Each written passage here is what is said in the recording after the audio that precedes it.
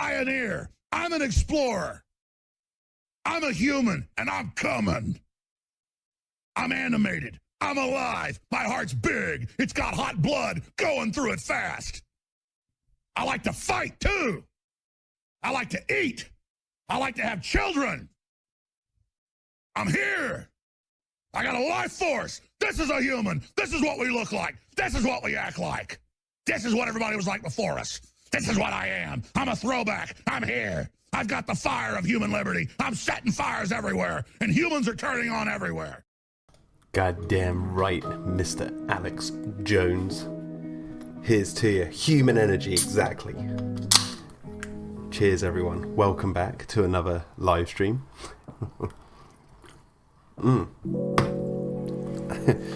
Zul says this is Jack in his 50s. I only wish I could reach the heights of Alex Jones. Hello, everyone. Hey, we've got everyone here. Hot, creamy fart. How we doing? Mikey, Phantom Limb, Jurassic Hero, Krask, Zul, Macy. I think I already said Krask. Anyway, let's get on with the show. It's been a while since I've live streamed because I've been busy doing things. But as you can see, we've got Hunter all lined up here. We're going to be painting Hunter tonight. But first, we're going to have to map out the yeah, Krask is here. He's in the chat, unless you can't see him. We've got to map out basically Hunter's path. So here's what I've done so far of this frame. So here we go.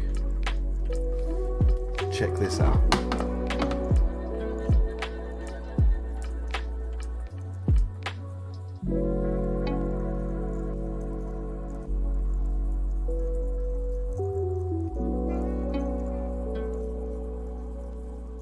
I think that's coming along really nicely. It's not even finished. Oh yeah, okay. Oh, all right, MJ. I'll call you MJ. Yeah, not finished, but basically, because there's still a bit to go.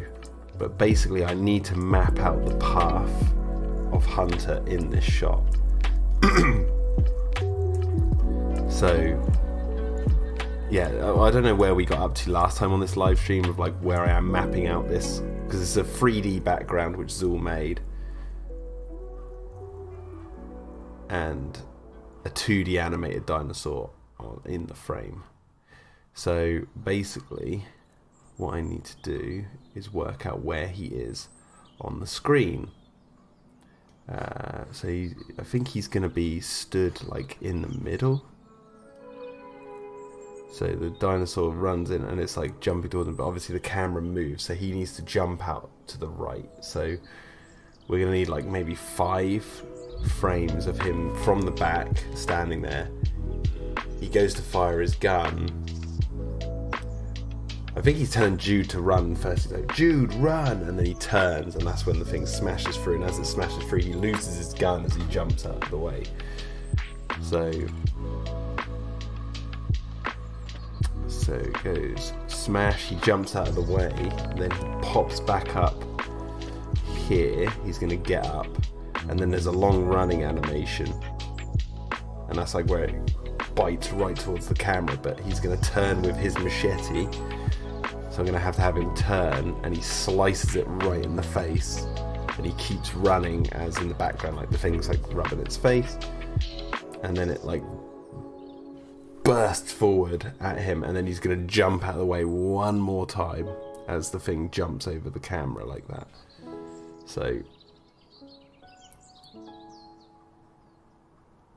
firstly, basically, I just need to paint him from the back. So what we're actually going to do is open up the frame. Let me know if the music's a bit too loud. I might just turn it down a little bit.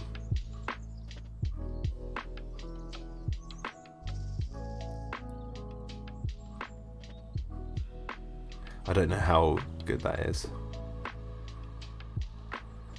Yeah, cheers, man.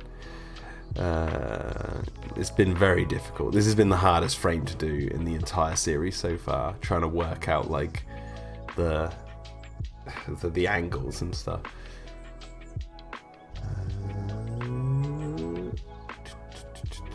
So we need this one because it's blank frame, but alright, we're gonna have to stick this like this. So basically this can, it's just so we can match where he is, essentially. Just Bored says hello. MJ says love this animation. Thank you, man.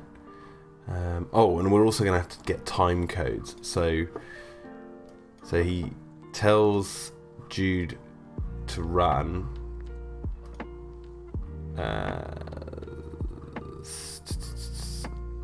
Can I zoom in? No, I can. Right. So how long is that? Is there like a time? Oh, there is. Okay, so 3 seconds he's going to be like that going, Jude, get out of here, because then that's when you're going to have the speech bubble so you can read it. Jude, get out, or Jude, head that way, or whatever. And then he turns to shoot, and that's when that happens. So the diving out of the way is 2 seconds long. And then he pops back up.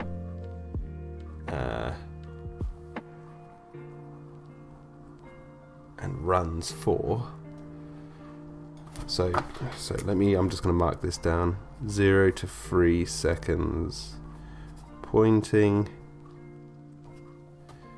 And then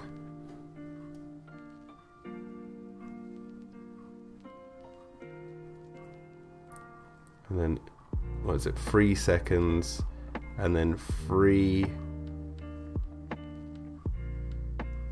literally 3 to 4 seconds. He aims forward. I'm literally writing this down on a post-it note. And then 4 to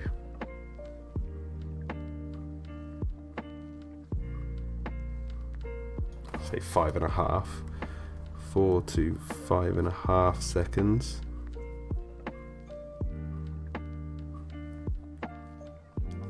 Dives out of the way, and then it's like to the right of the screen. To the right. So stick with that just for now, and then we'll continue on as the animation goes on. So we'll go all the way back here. And we go to this. Now let's open up.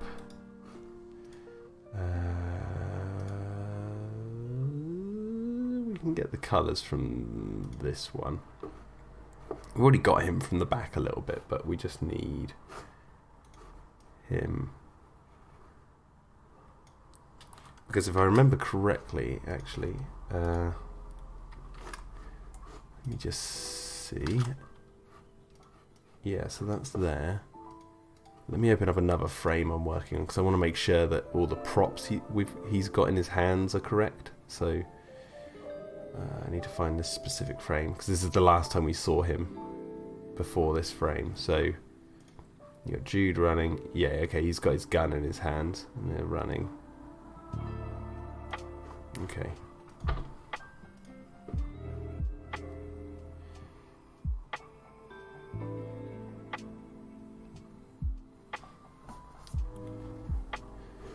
Okay. Alright, so we'll do this as. So I'm writing down the times because I'm actually going to be animating this guy over the top. Well, I just need to. Well, you'll see. Call it Hunter 1, just simple. Hunter 1.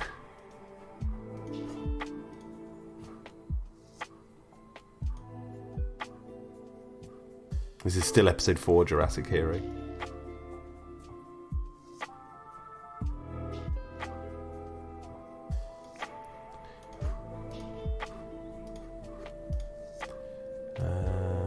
And right, let's test out how big.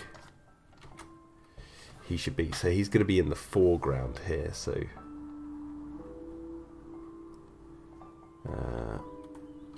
don't worry, I'll get onto the Matrix, MJ. I do want to talk about the Matrix because you guys requested that I talk about the Matrix. Actually, I might want him to be a bit smaller.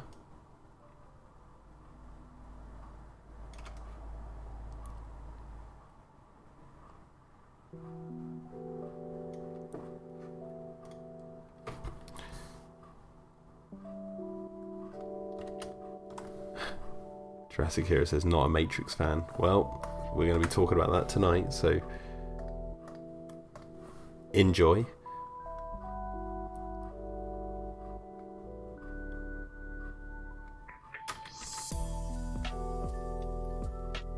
Oh, actually, he's going to be... Oh, you know what? No.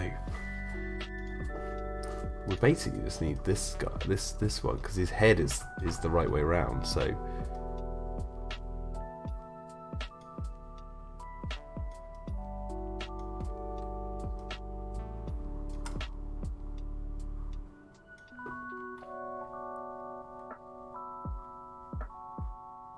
Talk about mashed potatoes.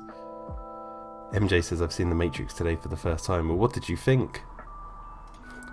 What did you think? I'll give my history of the Matrix series as we go.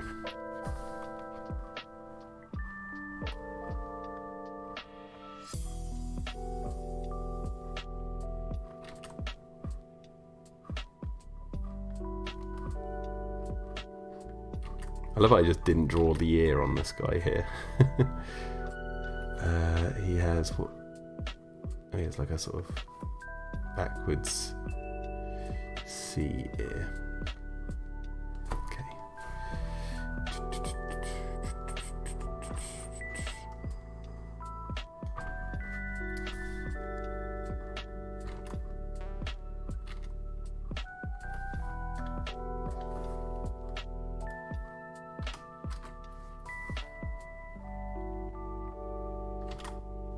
I think his head looks a bit elongated there, though. Yeah, okay. Here's my...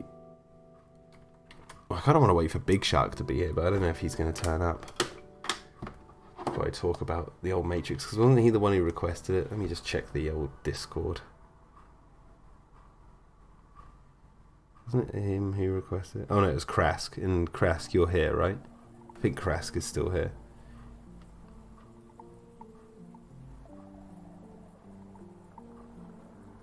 Yeah, it was Krask.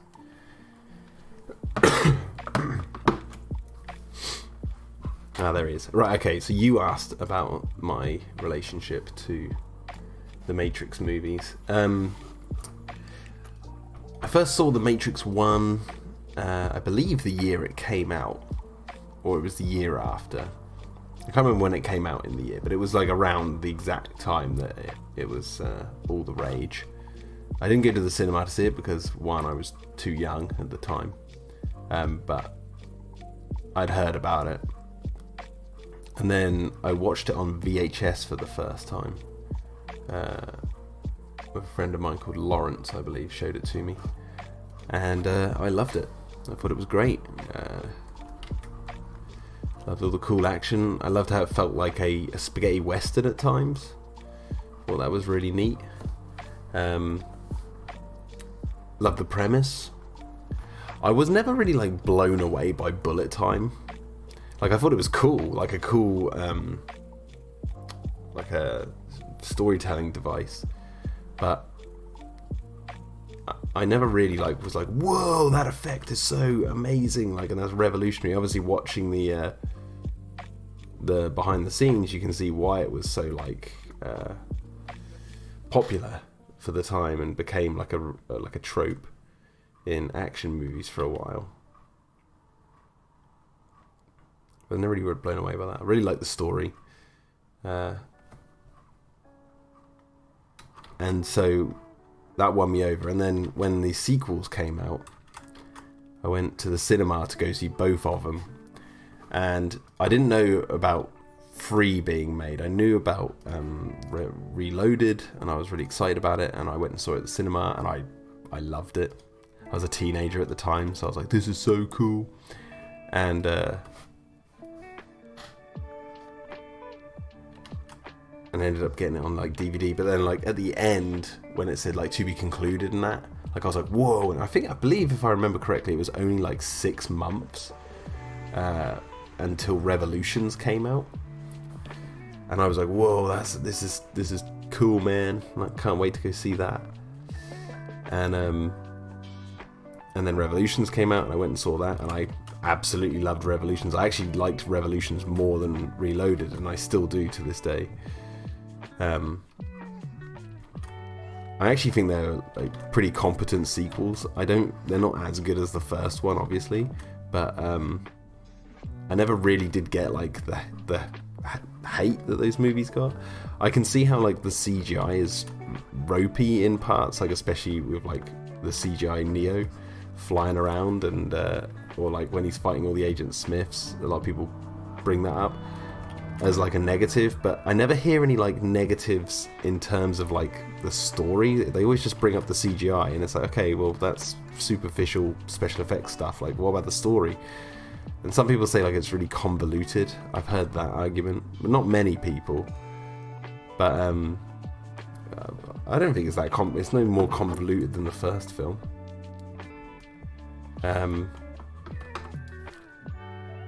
Yeah, and that's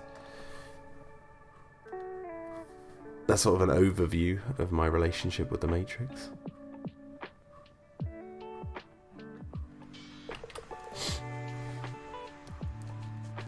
See you later, Gary. Enjoy the Fog Hat concert in Huntington. MJ, love it. I love it. I never thought that I would watch it.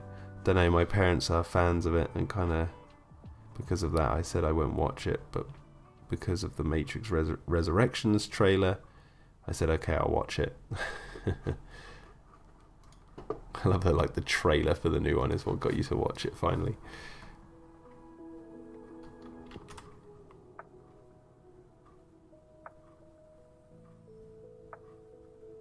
Oh, the Animatrix. Yeah, I saw the Animatrix on DVD when that came out, and I liked it. There was a few chapters I really was just like, this is so boring.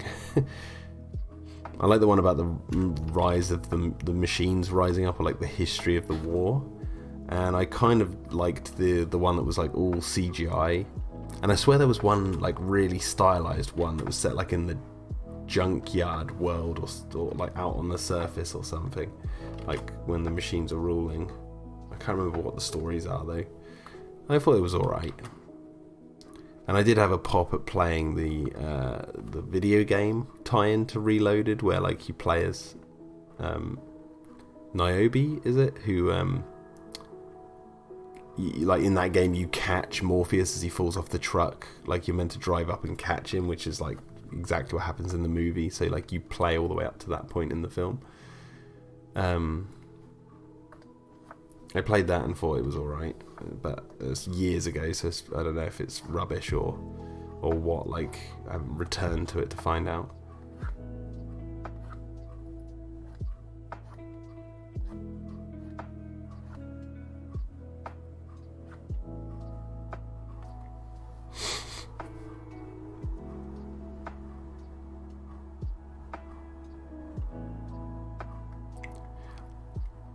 Krask says, makes sense. I remember seeing them all in the theatre. Even if I prefer the first one, I still think there's moments in the sequels that are good, that are kind of fun.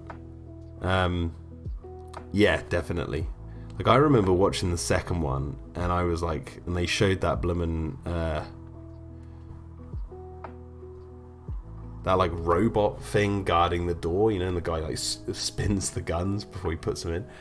And being a fan of like Aliens and stuff when I was a teenager, I was like, oh, that robot's awesome. Oh, I hope they bring that back. And then obviously in Revolutions, they're like shooting the Sentinels, and it's like this huge all-out war. And I was like, I like this. I was like, this is great.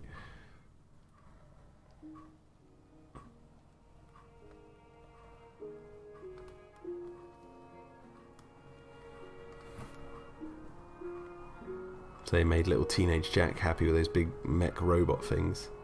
And I think I liked Revolutions more than Reloaded because it seemed a bit more toned down than Reloaded in term. I mean, obviously the end fight is insane, but the sort of like you spend more time in the real world in that, so like it felt more, almost more like the first film in tone. So I really liked that, and I also loved like when Neo gets blinded and he like can still see the world and stuff. I just loved all that. I thought that was really cool. And there was a few people who like went, oh, the whole Jesus metaphor or whatever they were trying with Neo, and it's like, yeah, I can see that, but at the same time, I thought it was handled really well. And that's what the whole sort of bloomin' series was about anyway. Like,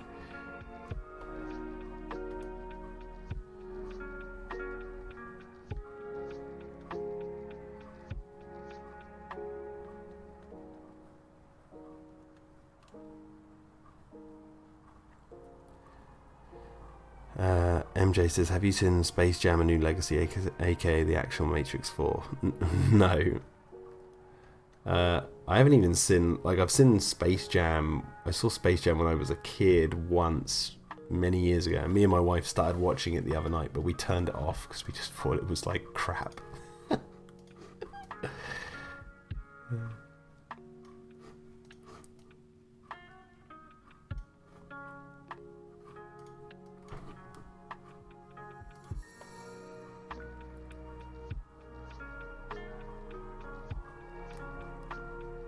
No, I haven't seen Nostalgia Critic's reviews of The Matrix Jurassic Hero. I don't really watch his stuff.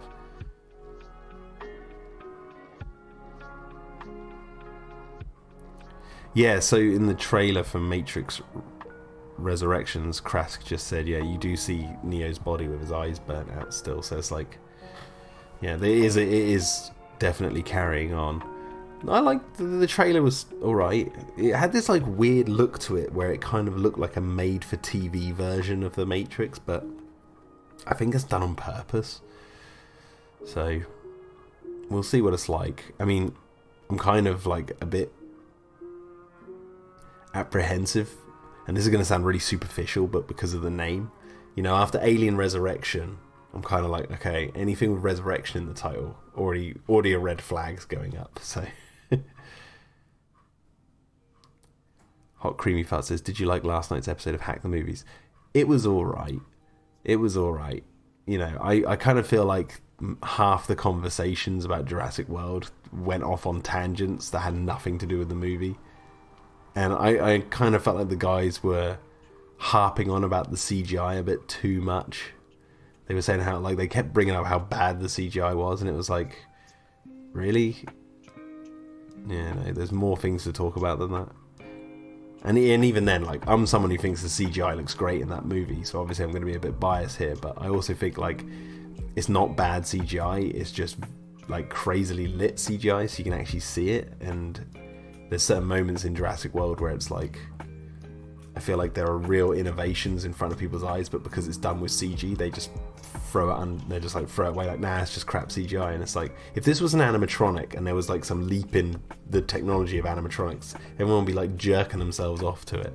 But it's like, you know, and the reason they like, the reasons they like keep bringing it up is like, oh, you can tell it's CGI. It's like, well, can you not tell if it's an animatronic? Like, it's like if they brought up the raptors and the heads in the harness. I hear that all the time, and it's like, if it was CGI, if it was, they say like, oh, you can tell it's a CGI raptor head in there. It's like, well, if it was an animatronics head in there, you would tell it's an animatronics head in there. So it's like, I don't see their reasoning. But anyway, it was all right. Hot Cream Fat says, you could tell they recorded right after the JP episode and all the cool topics got worn up then. Kind of, yeah. Kind of. Jurassic Hero says, like the Apatosaurus scene. Yeah, exactly. Like, you can tell that's an animatronic. Like, there's no, like, just like when you look at CGI, like, I can tell that's CGI. And that animatronic, I can tell that's an animatronic. It's like, but is it a good animatronic? Is it good CGI? In my opinion, it's yes and yes. Anyway, What was I doing? I got distracted. What am I looking for? Gun. I'm looking for a gun. Guns. Lots of guns. Look at this file. Hello, Cretaceous the Hunted. Hello, Seeker. MJ says, why Agent Smith won't be in the Matrix Resurrections? Because he is too busy watching Looney Tunes playing basketball. Is that what happens in that, is it?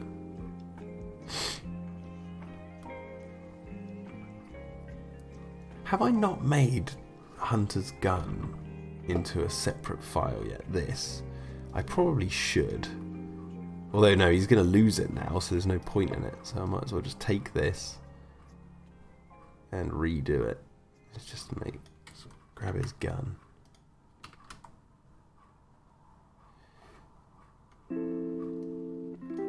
Cretaceous the Hunter said, for some reason, Dino-Defenders Extreme reminds me of Jurassic Park Chaos Effect. It bloody well should, because that was one of the inspirations.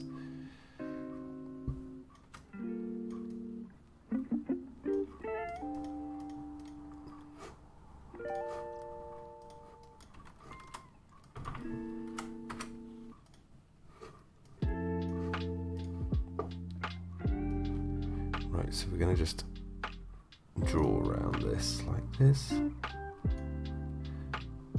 But you know why Dino-Defenders is better than Chaos Effect? Because it actually got released. It's actually getting released, whereas Chaos Effect is a cancelled cartoon series. Granted, it had a toy line, and Dino-Defenders doesn't have that, so maybe they're even.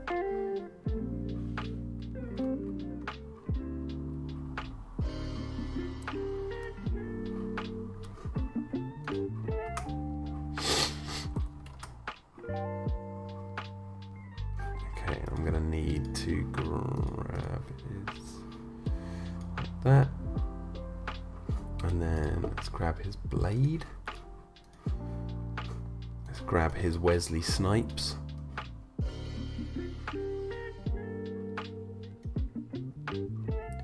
are you trying to trigger me, Cretaceous the Hunted? He says, by the way, Ultimasaurus looks awesome. No, it doesn't, it looks like crap.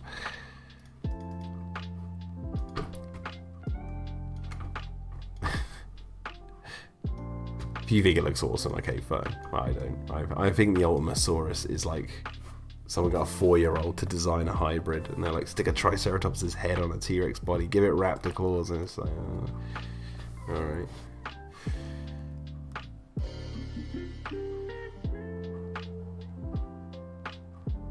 Hot Creamy Fart says, to be honest, I'm more excited for the new edgelord Matrix memes than the actual movie.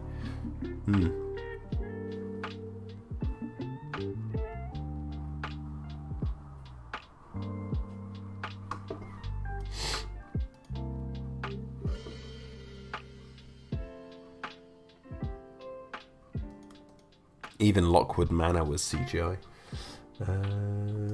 Right. Let's... Hunter 1.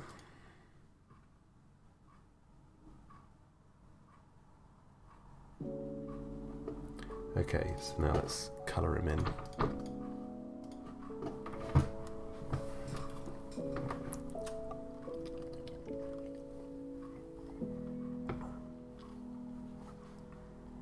See you later, MJ. Thanks for coming by.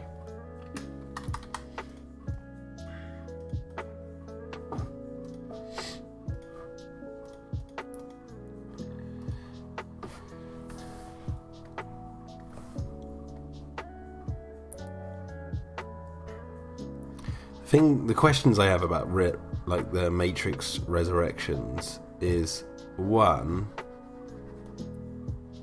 where is Morpheus? Like, that's one question I have, because they have like a guy who looks like he's imitating Morpheus.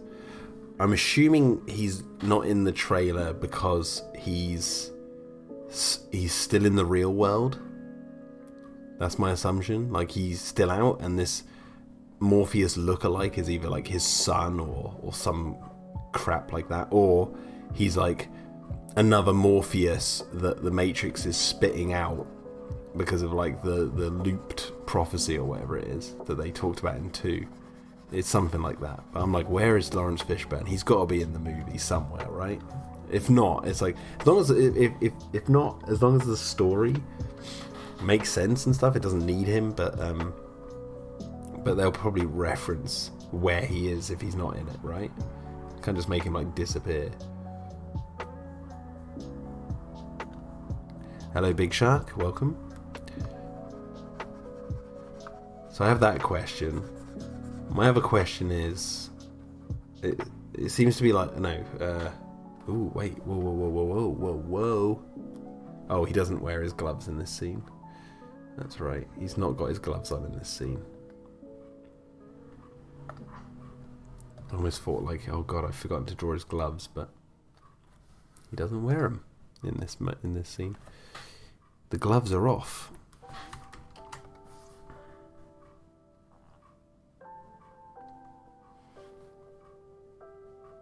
Watch them cast Fishburne as the new architect. Oh god, could you imagine?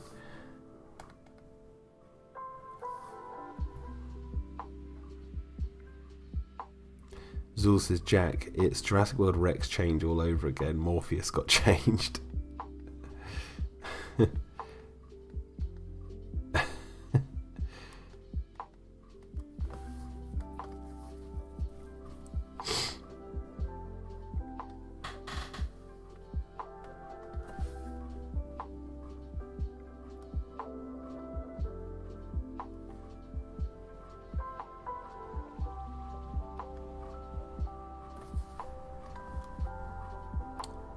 What was the other question I came up? There was when I was watching the trailer.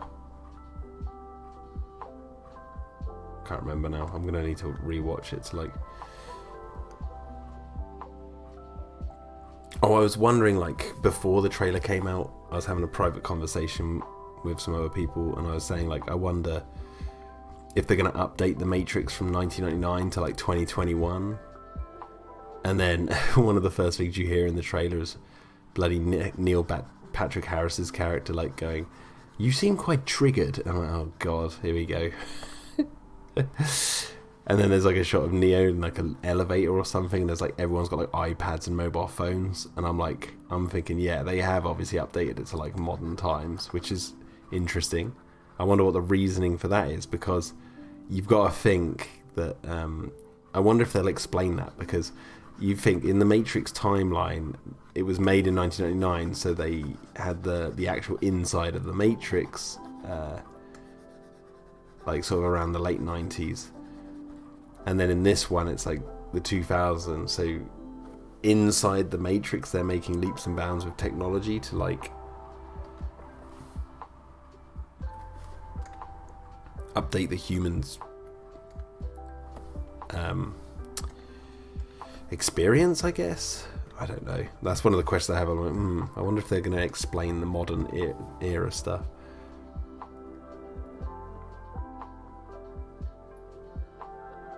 Yeah, Hot Creamy Fat says Smith was right. Smith was the hero. Of course he was. He just wanted to be free, and they wouldn't let him. He was AI inside AI, and no one would let him just be. No one would let him out.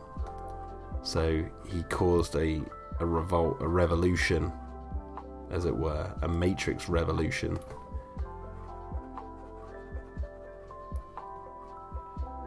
And Neo killed him for it. Hello, Steadzilla.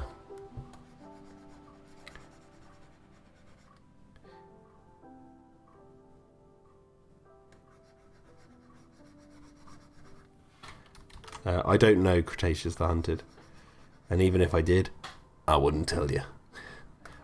If I did know, I would say I don't know, and if I didn't know, I would say I don't know, and if they're the options. So that answers your question, right?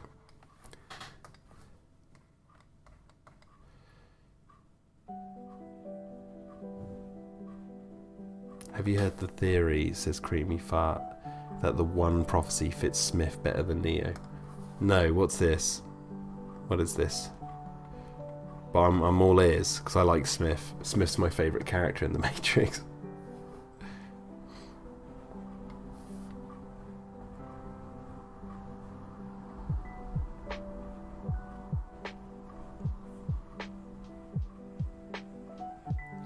Steadzilla asks, what is the worst movie of all time? Okay, so obviously this is personal preference, but one of the worst movies I ever saw was one I rented with an ex-girlfriend back in the day called Paranoid Park, and I believe it's directed by Gus Van Sant, who did like Milk and other things. He's a really like revered director or whatever, but it's this film about like a skateboarder who accidentally gets a guy cut in half on some railway tracks, and he's like, and then the police start questioning. It's all about like he gets paranoid, like, oh god, they're gonna find me and all this shit. And the movie is so boring. It's just like mostly just these slow motion shots of him skating around, and you don't feel paranoid at all watching it. Like, you thought that they would make it so you feel the kid's paranoia, but not really. And not only that, like, the film ends with him like writing out what he's done on a letter and just burning it, and that's how the film ends. And it's just like, oh god, it made me angry. I was just like, this film's shit. What a waste of time.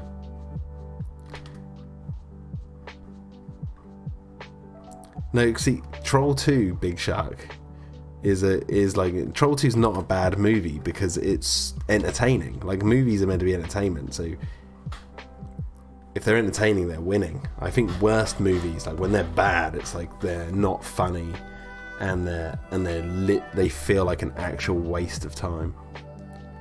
Like, you feel like you're just, why am I even watching this shite?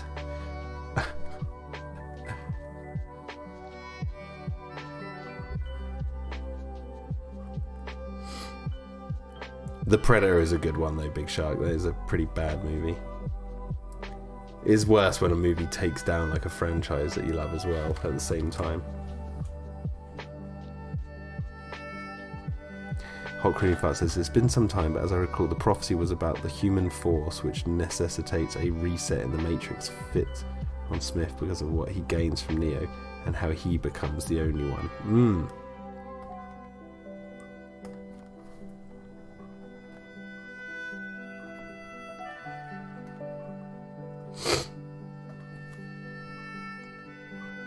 Interesting.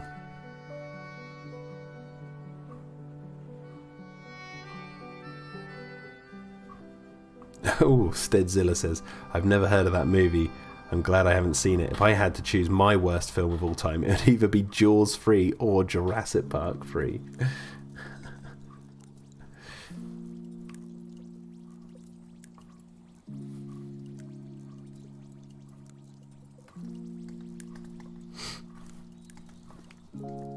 Jurassic Park 3 is nowhere near as bad as some of the movies out there. It's a lot better than like 98% of the movies out there.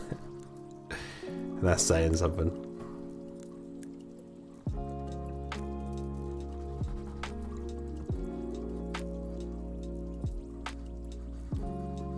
Oh, what was that movie? There was a movie me and my wife went to watch at the cinema called Joy, and it was with Blum Jennifer Lawrence, and it was about a woman who invented the mop or something like that, and it was critically acclaimed, like it was up for awards, all that sort of stuff, and we thought, oh yeah, this movie's gonna be like kind of like a nice character piece and all that, and it was just so boring, just awfully dull. Nothing really happens. Like in the trailer they show her like holding up a shotgun and stuff but that's just like her shooting some bottles with a friend at one point in the movie that's very brief, and you're like, oh, you put that in the trailers to make it look more interesting than it really was. And it's like it's on like all the streaming services, like under critically acclaimed, and I'm like, who was given this good marks? Oh yeah, all the inside Hollywood people who, you know, just rate the movies themselves even though they're the ones who made them.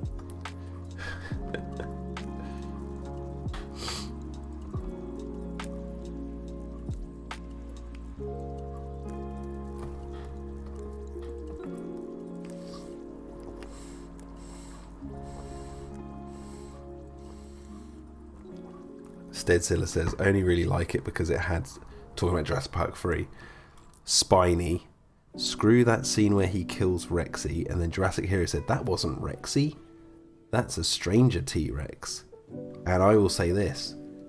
It wasn't even a stranger T-Rex. That's the bull. That's the male T-Rex from the Lost World. Dun dun dun. Dun dun dun dun. The untold... The fact no Jurassic fans ever want to really admit. Except me, I'll admit it.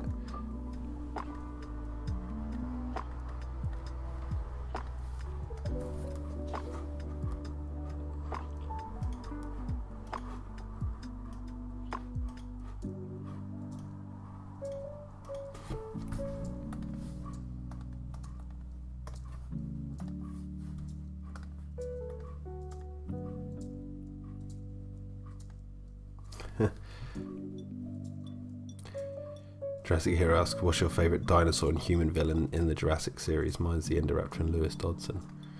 Favourite dinosaur villain? Probably the Velociraptors in the first film. Probably them. And then human villain, I'm going to go with Mills so far.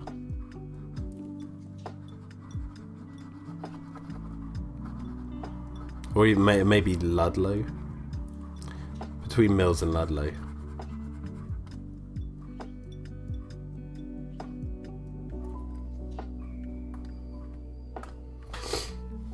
Get this sweaty guy.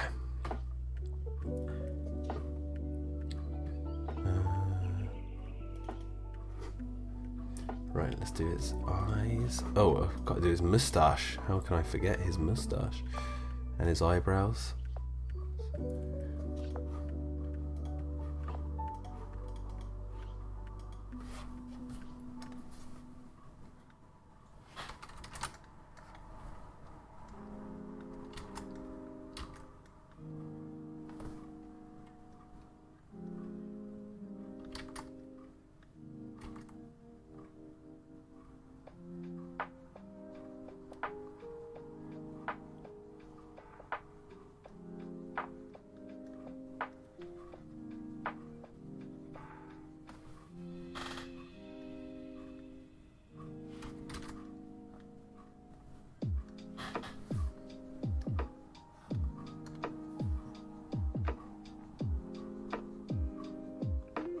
Oh yeah, Zool says another movie he didn't like, The Dinosaur Project. Yeah, I didn't like that one either.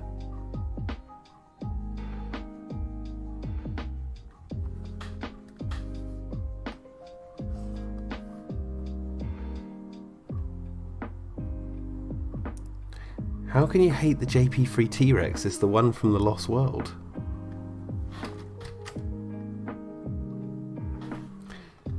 Jurassic Hero, because he's asking me what is my least favourite dinosaur and human character. He said the JP3 T-Rex and Paul/Amanda Kirby.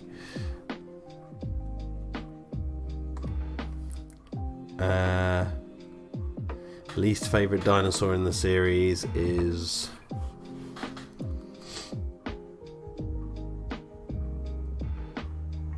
probably the Jurassic Park 3 Brachiosaurus.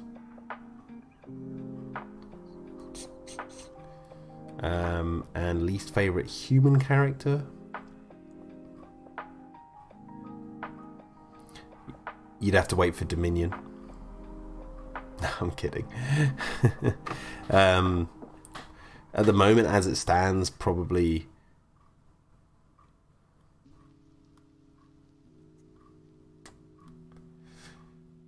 Yeah, probably Amanda Kirby.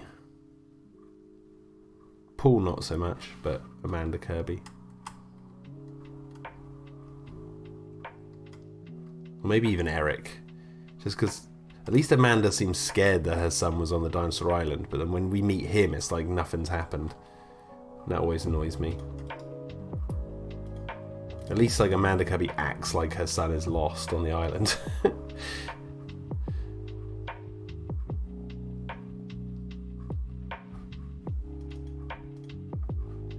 I think he needs to look more worried.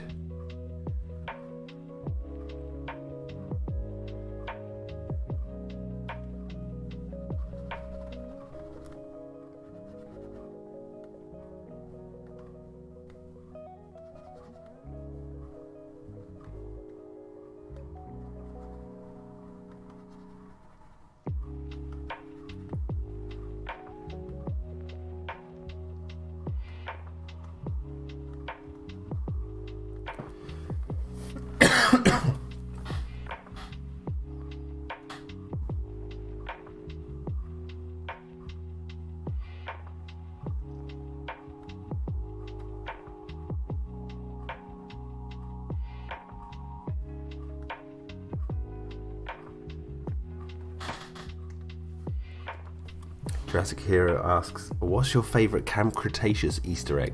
Mine's the novel John Hammond Deaf Urban Legend scene.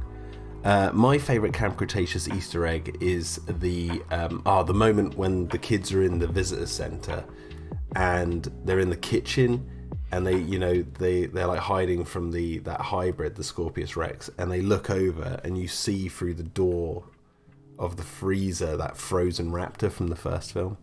That's the best. I was like, that is so good. I can't believe they like remembered to like keep that in. It's a good throwback. Okay, I'm gonna like just add a few more, like a couple of little wrinkles to the back of his head like this. There we go.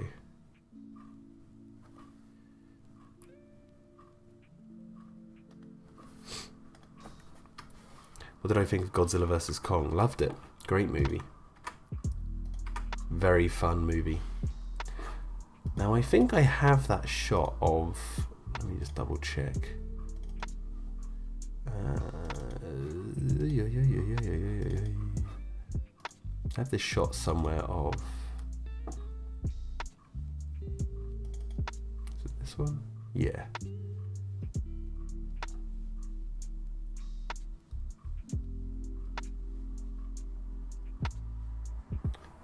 No, it's this one.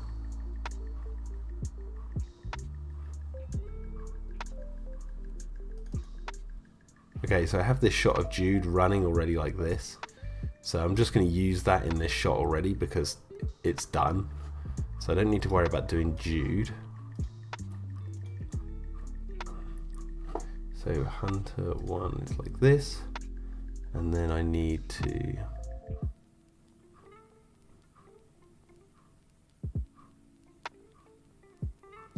Leo the Uterana says, love the unique species used in this series. Haven't seen any really cliche species so far.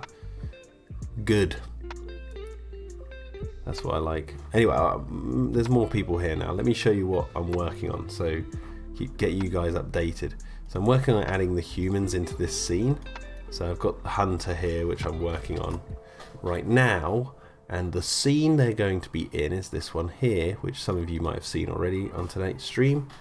But I'm going to show you again where we're up to.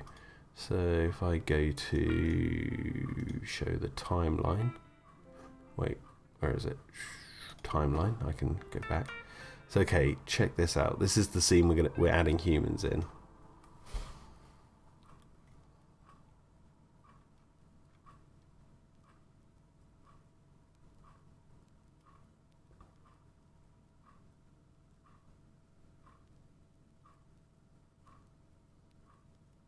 There you go. That was cool, right? So it's like the 3D CGI background with 2D animation over the top of it. That's what we're working on. And it's not finished. Like this end shot here, where it's like goes on the camera, it's gonna turn and carry on. But there's still more to the shot. But I'm at like the 3/4 mark here, and I can actually stop here, do all the animation for this, and then do the last half of it another time. But at the moment, yeah, so we're doing this.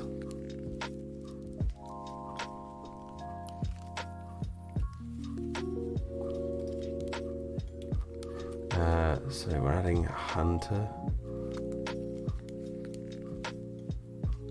Thank you, Leo. He also asks, the Megalosaurus has a horn? Yes, it does. It has a big old horn on its head.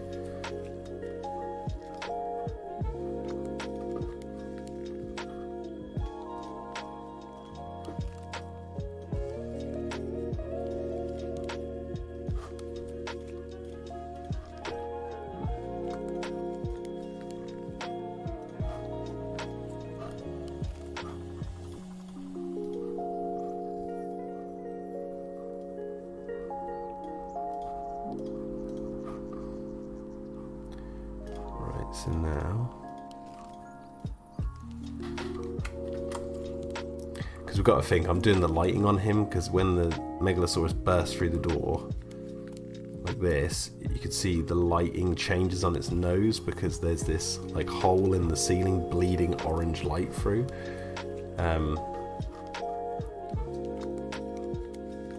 So we're just doing the orange light around his head.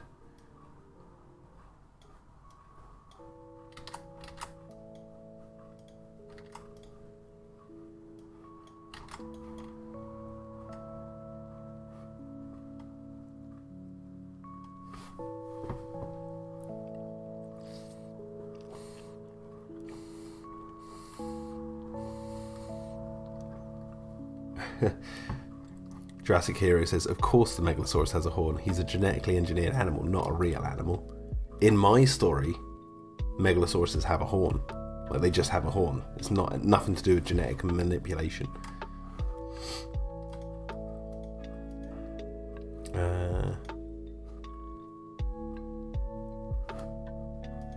Male Megalosauruses, should I say.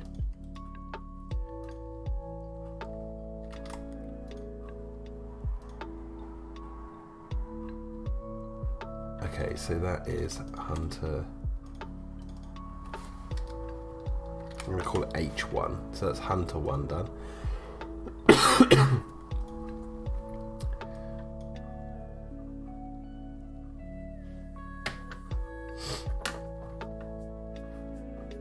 Okay, I need a reference image.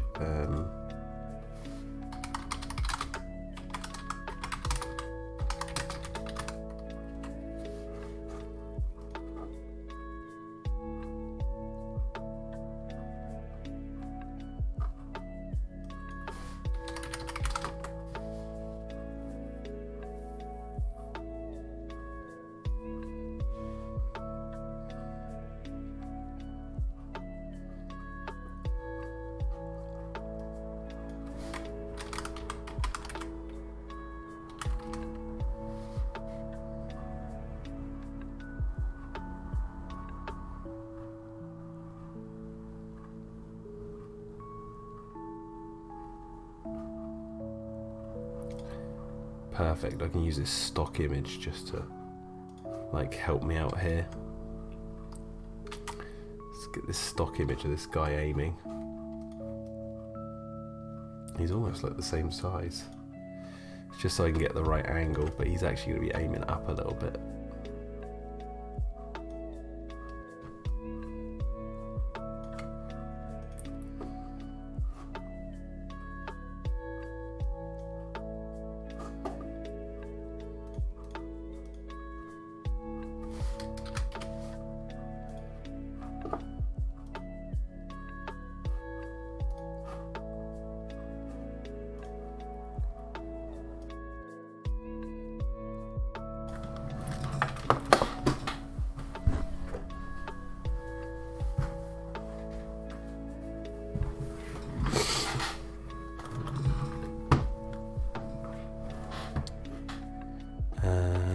What are you guys saying?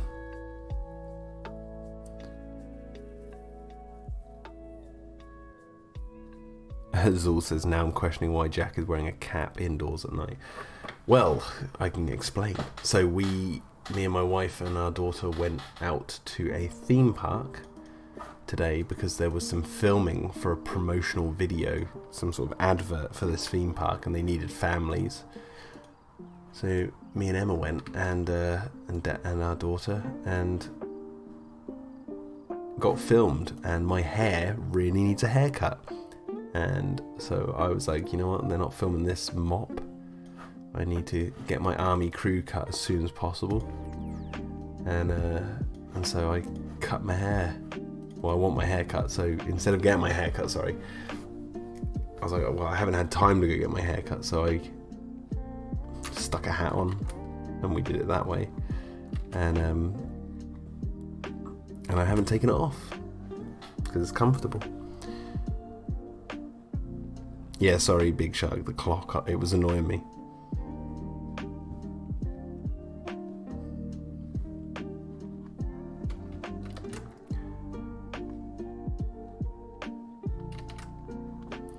Right, this just needs to be rough, because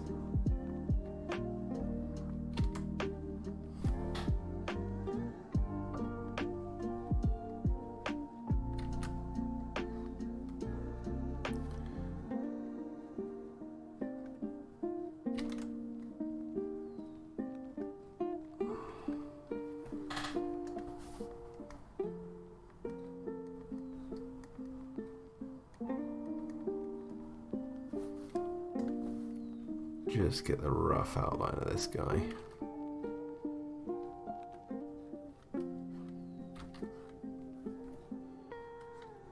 Doesn't have to be exact.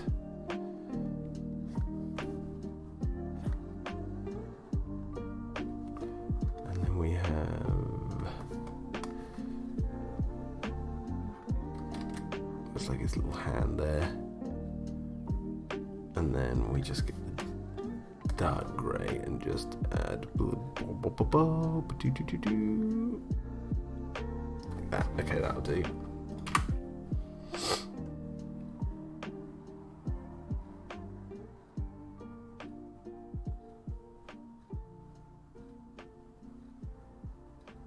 Yeah, I enjoyed Doug McClure dinosaur films, Deadzilla.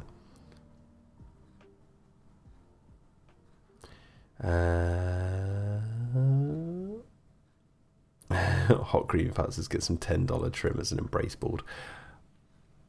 I have got some really cheap trimmers, so I could do that.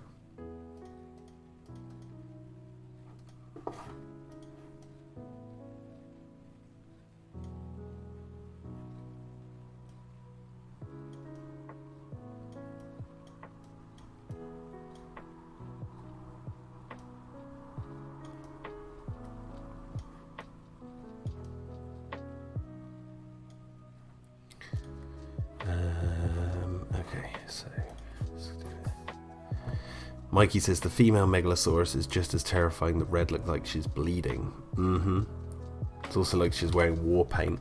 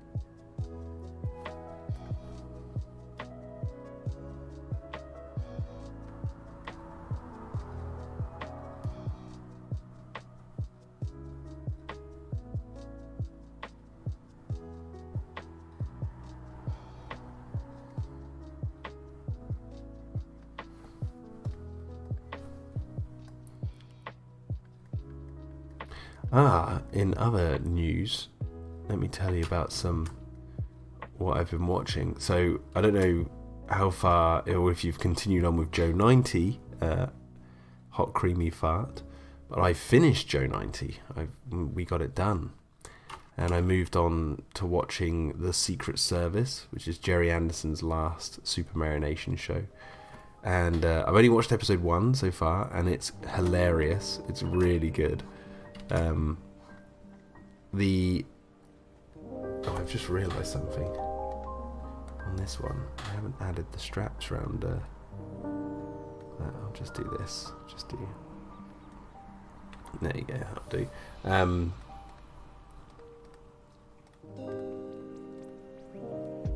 Yeah, the one about the vicar who has a shrinking device, or the vicar who has a shrinking device hidden in a Bible. The Secret Service. And yeah, really good. And it has a really weird mixture of like using more live action shots of real humans, like in full, and then it just will cut to a shot and they're like puppets. They become puppets. So like the guy who plays, I think his name's Stanley Irwin, the guy who plays the main vicar, is played by the actual vicar, as far as I can tell. And they cut to like shots of the real vicar driving his car, and then the close-up of the car is the puppet driving it. It's really surreal, but it's fun. Fun so far. Looking forward to it. And there's a great soundtrack. Like all of them. Hello, Mike Thumb. He says, how's the family and your days going thus far? Very good, very good. Yeah, so I've been enjoying The Secret Service, episode 1. I also managed to watch the live-action Thunderbirds from 2004 for the first time. And let me tell you this, that film starts off very promising. Like, the opening credits are fun, great throwback to like the 60s James Bond movies, but also with the Thunderbirds, updated sort of Thunderbirds theme, and some neat animations. And the opening scene with Thunderbird 1 and 2, like doing an oil rig rescue, is really good. And the CGI like kind of held up a lot in this movie. And then it just went downhill.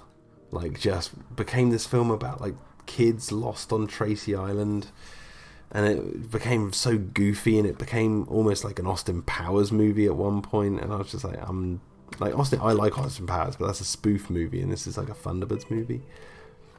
And there was some really bad like green screen towards the end of the movie, like with this newscaster. God, it was so shite. But it's a shame because Bill Paxton plays Jeff Tracy in that movie, and the movie is directed by Riker himself, Mr. Jonathan Frakes. So I had high hopes. I was like, ooh, you know, this has some good, you know, good people behind it. But it basically became a Spy Kids movie, says Michael Farm. Yeah, it did, and it was like, it didn't have to be at all, but it's a shame. It could have been really good. And the opening was just such a promising. When that started and you had like Thunderbird 1 and 2 coming in to rescue these people off this burning oil rig, and that's blowing up, and the explosion effects looked really good. I was like, this is it. This is like, they've made it. This is great. But no.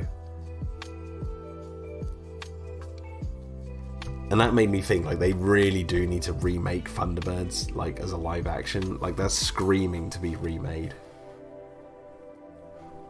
Like, to have an actual more, not overly serious, because Thunderbirds has never been overly serious. You know, you can still have a lot of fun with it and keep it looking colourful and all that, but just the story. Have the story focus on the actual Thunderbirds doing stuff, not like a bunch of kids.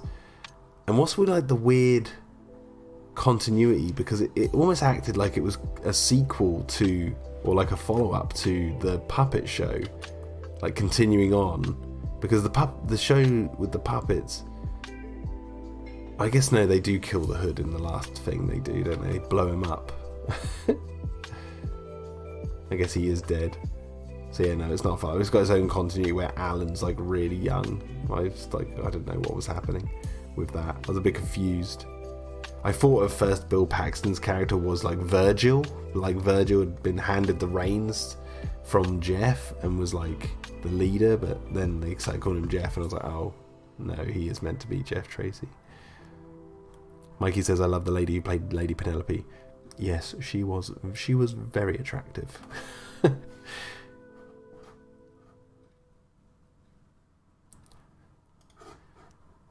Mike Thumb says, I don't understand why they did that for the film. You have rescue disaster movies already and they're quite enjoyable. Some producer clearly came in and said, yeah, but my kids want to be in it. Yeah, that's how it felt.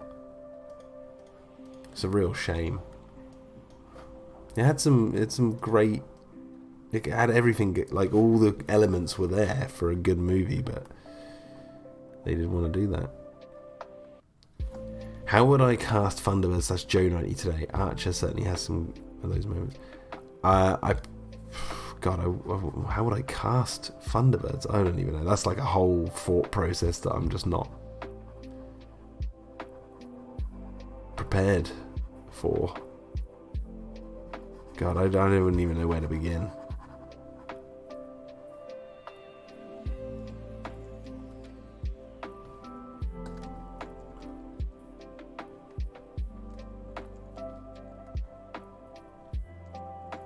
Okay, here's one. Virgil, right? Virgil Tracy, the guy who is Virgil, right? The guy who pilots Thunderbird 2.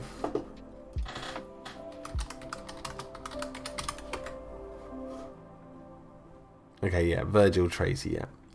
I would cast Tom Hardy. Because I genuinely think he would do a good job of being like... If you could have anyone, I'd be like, okay, get Tom Hardy to play Virgil, the pilot for Thunderbird 2. Thunderbird 1 is my favourite Thunderbird.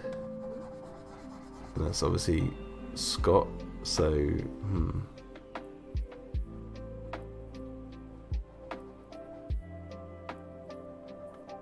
And like just I wouldn't have like Tom Hardy all beefed up or anything. Like, he doesn't have to be beefed up. He can be like, I don't know, you know how he is in like Legend, not the brother with the glasses, but the other one.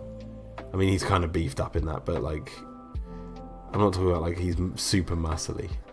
Or like, you know, I'm just imagining him as the pilot in Dunkirk. You know, you don't really see him, I guess, but that's how I'm picturing him.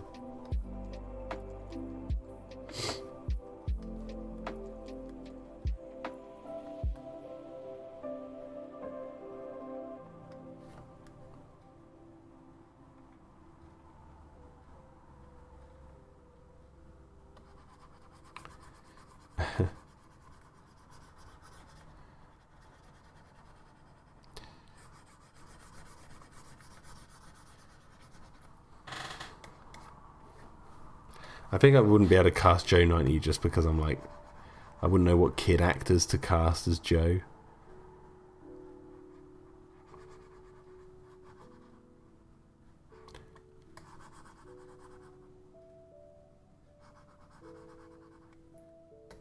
Oh, so going in before watching the live action Thunderbirds, the only thing I knew about it, or I'd heard rumours that there was... So, like, for those of you that don't know, in Thunderbirds, like, because it's done with marionettes, whenever they do, like, a scene or a shot where, like, a character goes to push a button or something, and it's, like, a close-up of a hand, they'll recreate the set, like, full scale, and they'll have someone's real hand come in and press a button and stuff. They do that all the time. And as I said, like, it got more and more up until, like, the Secret Service, where they got, like, whole shots of people. But anyway...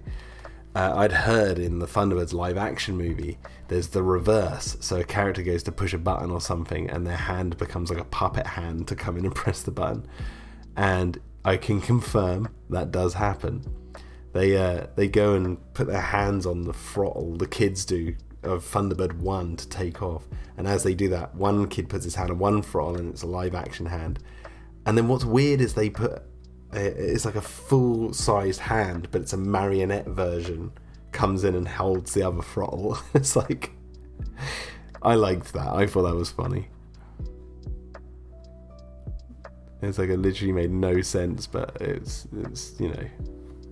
That's a great joke to put in the movie.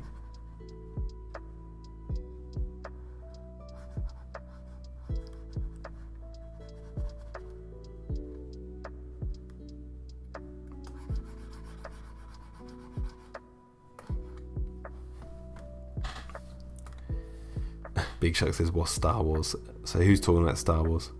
Jurassic Hero, what's your thought on The Last Jedi? I thought the movie was okay, but I prefer to listen to critics despite being a casual Star Wars fan because I don't want to be as toxic as other fans. Are people even still being toxic, air quotes, about that movie? I thought it was crap.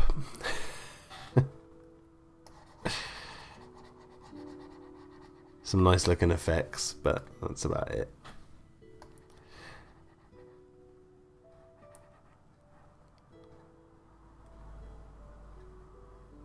I'm sort of known for not really giving a shit about Star Wars.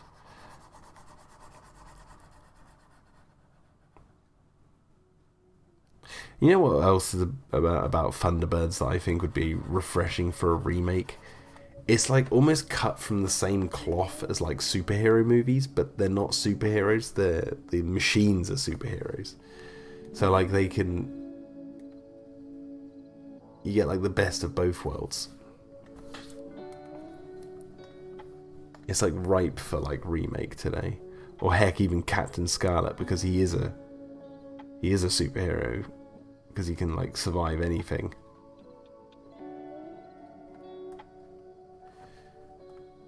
It's like, just do that.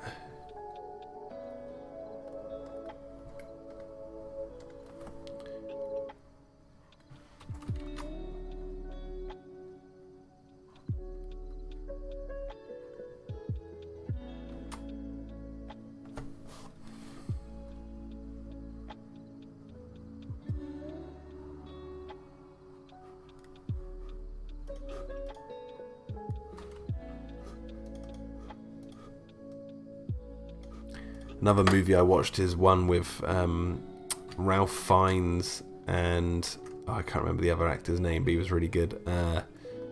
Quiz Show. It's a film about a quiz show in the like 50s, which is like being investigated for corruption. A good movie. It was a really good movie. I highly recommend it for anyone who hasn't seen it.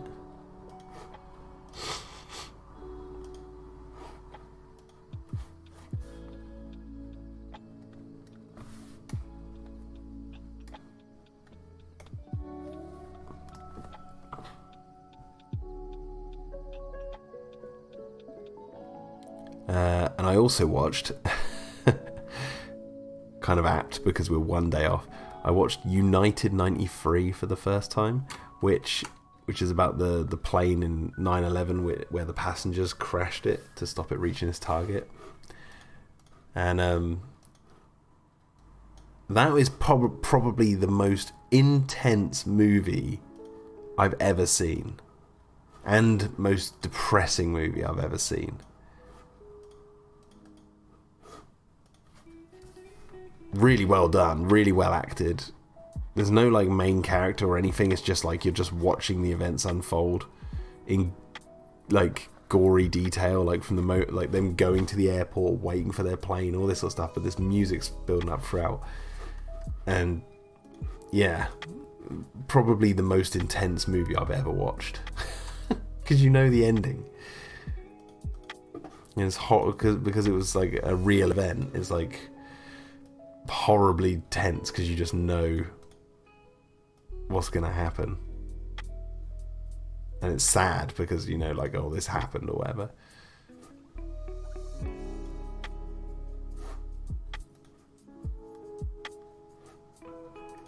But yeah,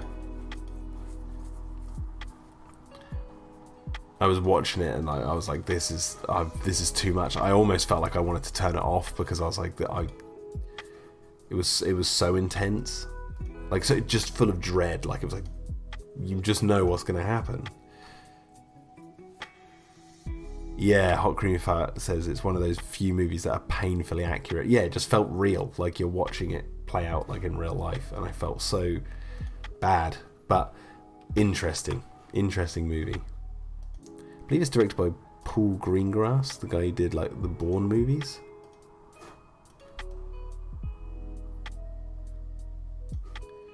Right, let's get the lighting right on this guy.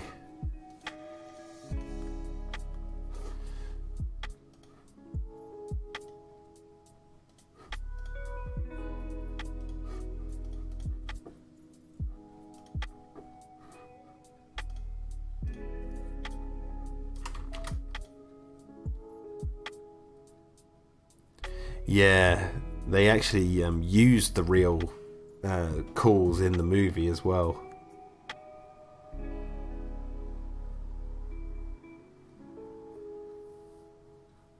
No, World Trade Center is accurate, but it is like flowery, as Hot Creamy Fat says. That film's like more Hollywoodized, if you know what I mean by that. You know, it's more dramatized. Whereas United 93 is like, it's like you're watching like almost like a documentary. Ugh.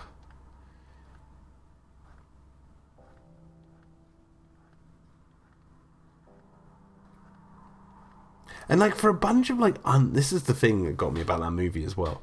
Like, there was only like a couple of actors in it I recognised, and they're probably like a lot of TV actors and stuff, but everyone in that movie acted so naturalistic. That's why I was surprised. I was waiting for like that one actor to come in. You're like, oh, they stick out like a sore thumb because they're like overacting, but that never happened. It was, yeah, really well done.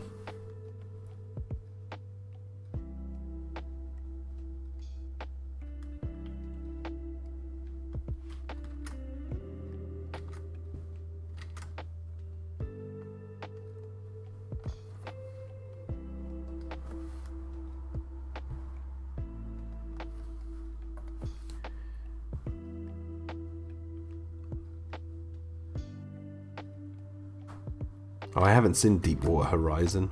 You guys are talking about that movie. I haven't seen that. Is that like United 93 where it's like super real?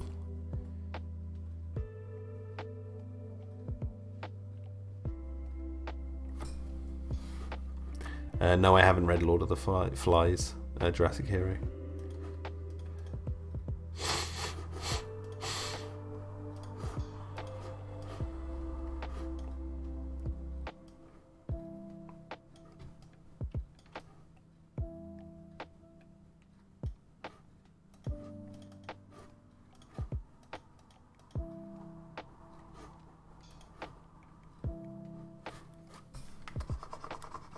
I'll have to check that out. I'm a sucker for those type of movies.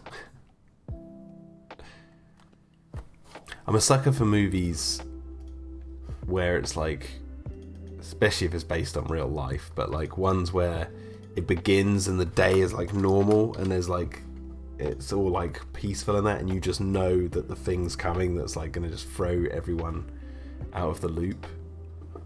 Like that feeling in movies. It's like a good example of that is Spielberg's War of the Worlds. Like that's a good example of that, a movie where I'm like, you know, everyone's normal and then it hits and it's like, oh god. Like that, yeah. I like those type of movies. Oh, beer.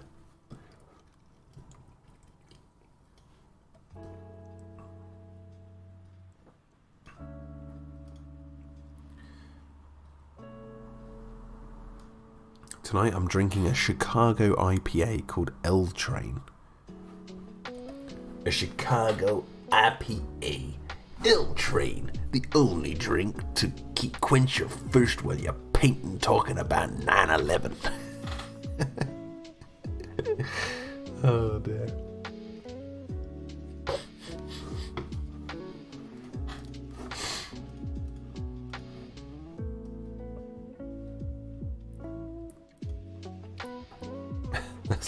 That's an official endorsement. They've signed that off. They were like, yeah, you can say that our drink is the perfect drink to have while you're talking about 9/11.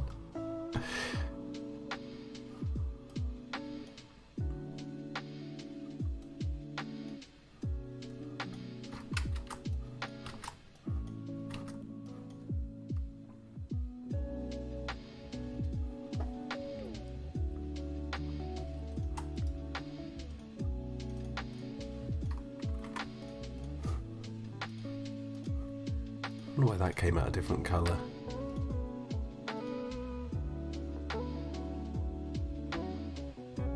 Hot Cream Fasters is hard to find, but I streamed the Howard Stern September 11th show, and Jesus, that was nuts. Oh man, I have that in my archives. In my archives on my external hard drive. That's like, it's so like surreal to listen to because it's kind of funny.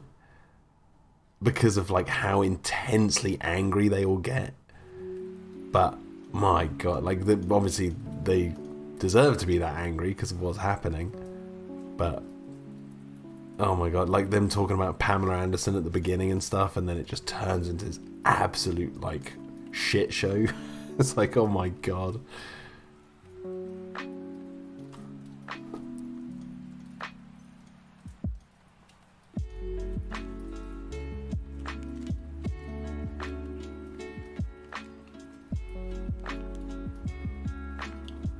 They were like 10 miles away. Yeah, no, they were, yeah. And then one of the guys they called was on like the roof watching it, right, unfold, one of their friends, and he gets like super like angry on the phone about it, and you know, don't blame him.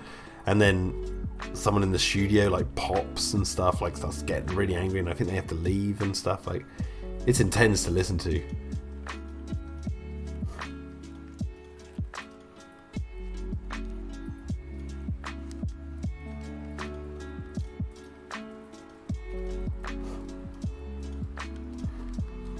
Just trying to match the lighting on these two. There you go.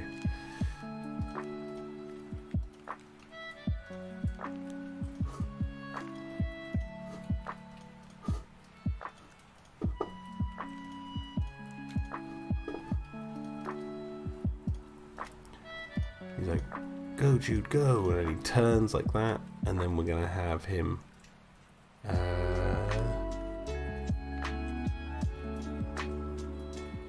dives out of the way. So he's gonna dive out of the way, what was it, from 4 to 5.5 seconds. So he dives out of the way here, like boom.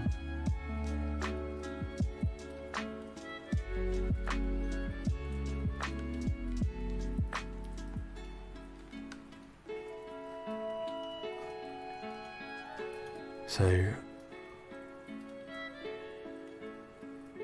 really I've got to do like a side shot of him like diving. So have I got...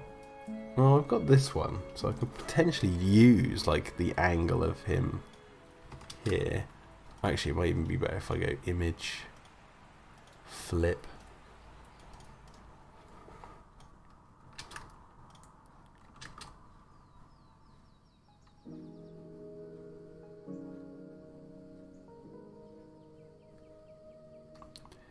Big Shug says, yeah, I remember, I think we discussed this some time ago because I brought a Masters of Disguise. What's Masters of Disguise?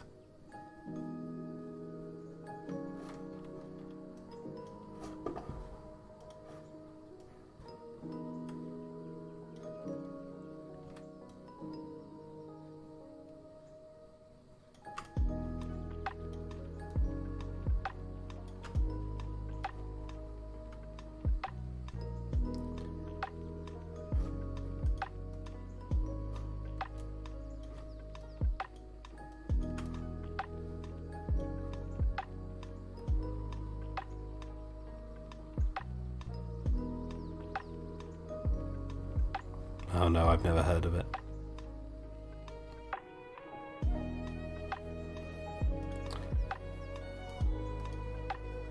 You know what, I might actually just draw him from scratch. Layer, new, right. Oh god, oh god, oh god, what have I done? Oh no. What is this?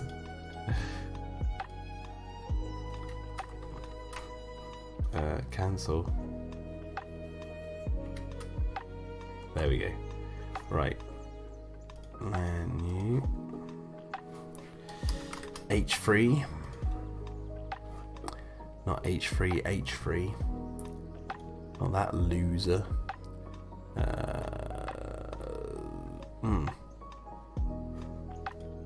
are we doing here?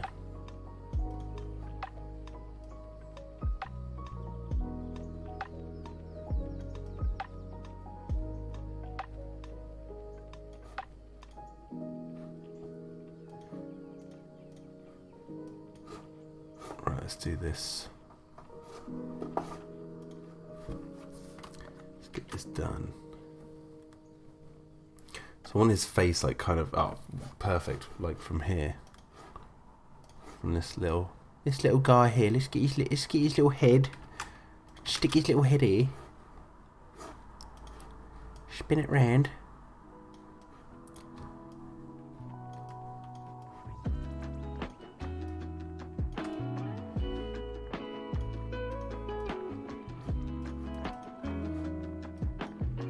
Oh no, I've got to write H3 again. So it was H3 in the end.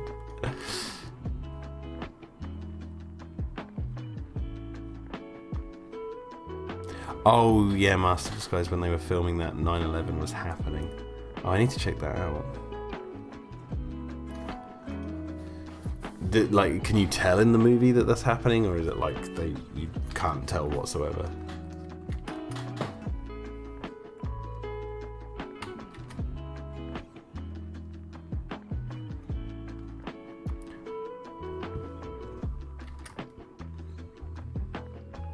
So we're gonna have like really big eyes because he's gonna be like jumping out of the way. He's like, "Aah!" And he's like going for it. Kinda in the background. Oh my god.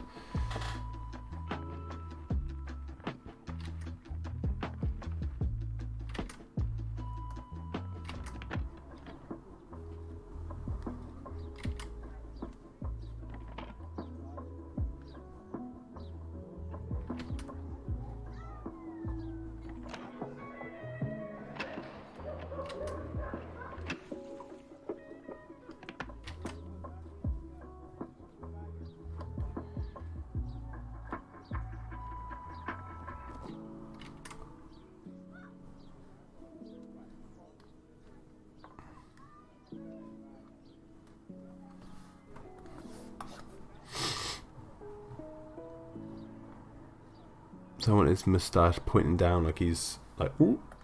And then what we're going to do is give him a little tiny mouth like that. Like, he's like caught off guard. Now, let's grab the colour of his shirt.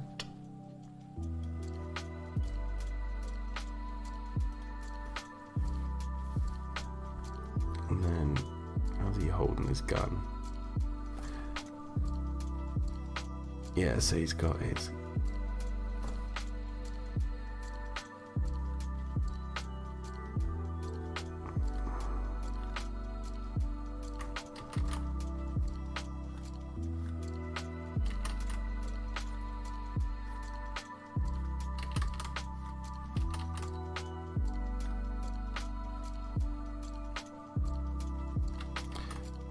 With the humans, I don't like to do like too much animation. I know there's like the shot where John gets his arm ripped off, like he's like almost fully animated, but the humans I want to keep them quite simply animated. So he's literally going to be like, dude, and then flip and then dive. Almost like there's going to be like, what, maybe 3 frames to get him to dive, like 1, 2, like this one where he turns like, ugh. Then 2, he's going to duck down, and then 3, he's like flying forward. Maybe 4, because there's going to be like a slight jump blurred, and then he's flying through the air. He's going to go below the camera lens, and then stand up, and he's like lost his gun. We're going to see his gun fly off, so...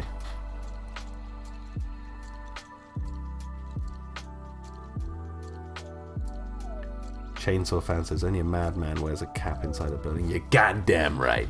You goddamn right. I'm mad. I'm mad as hell, and I'm not gonna take it anymore.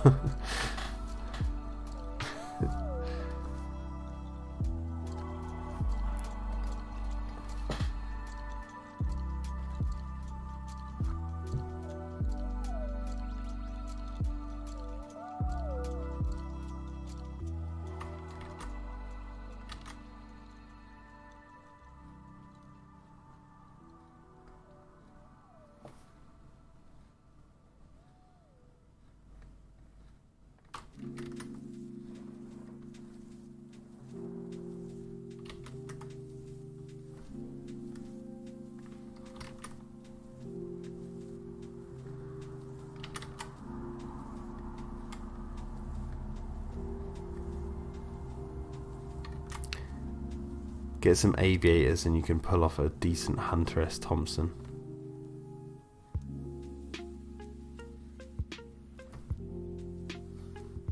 I've got some aviators in the other room, but they're in the same room my wife is sleeping in, so I'm not going to go disturb over a joke. I can show you a picture of these said aviators that are in the other room. And I've got this hat on in the picture, so maybe this will be some good proof.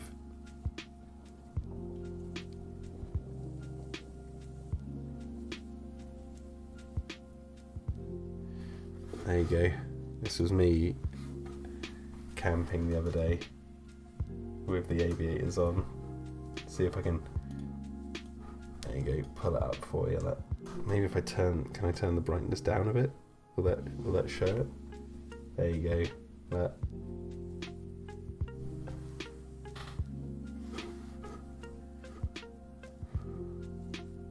Oop.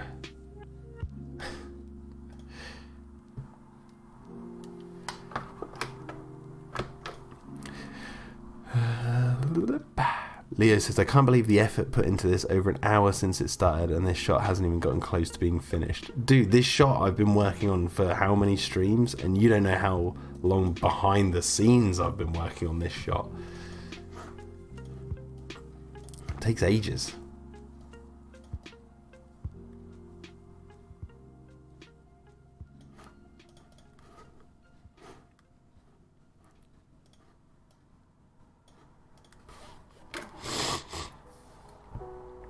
Now you need a fancy cigarette. Well, I may have had a little jazz cigar that weekend, but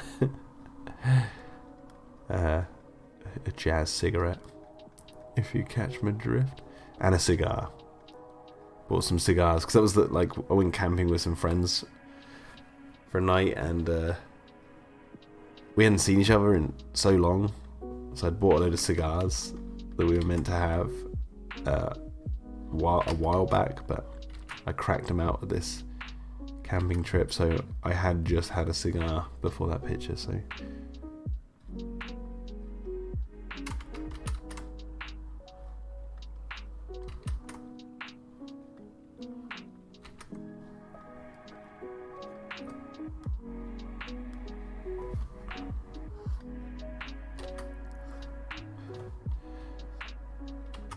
kind of want to get him leaning, like, ooh.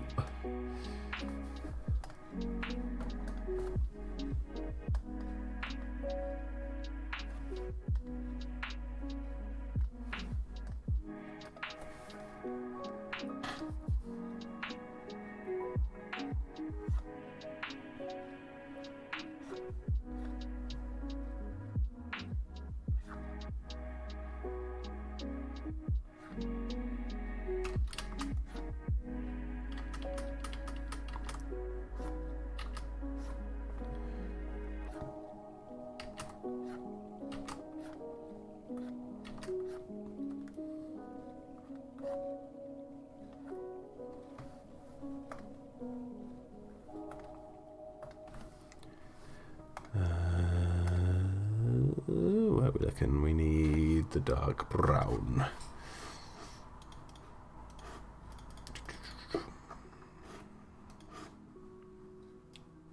So there was another movie, a few movies I've watched. I watch movies all the time. What else did I watch? What else have I watched recently?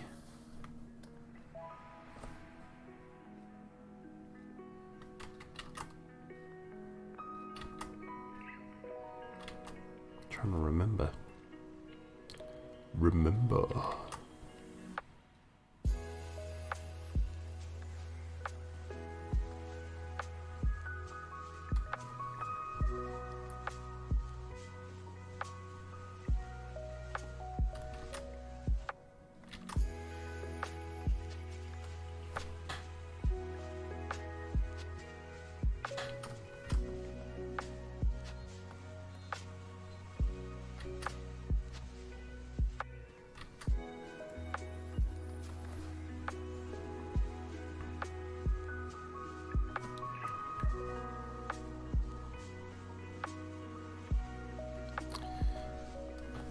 It'll come back to me.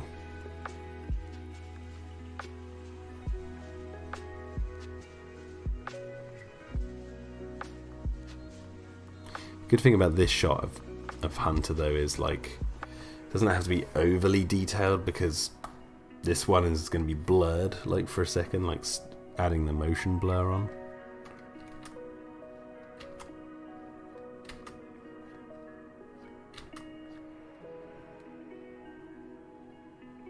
Mike Farm says, I watched Centaur World on Netflix recently, a rather fun musical show with some deep dark stuff in there too. Worth a watch if you can. Centaur World. Well, I don't know if we talked about this on stream in the past or whether I was having a private conversation with friends. Might have been the latter. I was talking about how much I hate centaurs. Like they're like the mythological creature I just find to be really crap. Like this like horse person with like a human body on like the front of a horse. I was like, this so crap.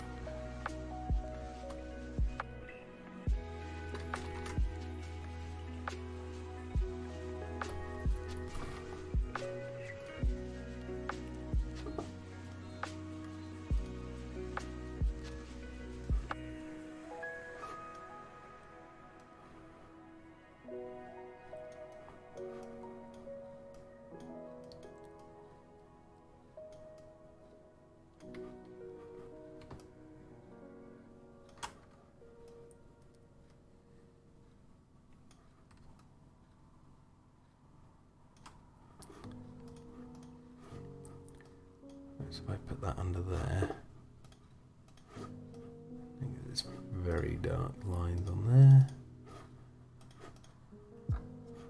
So I think I have drawn this before.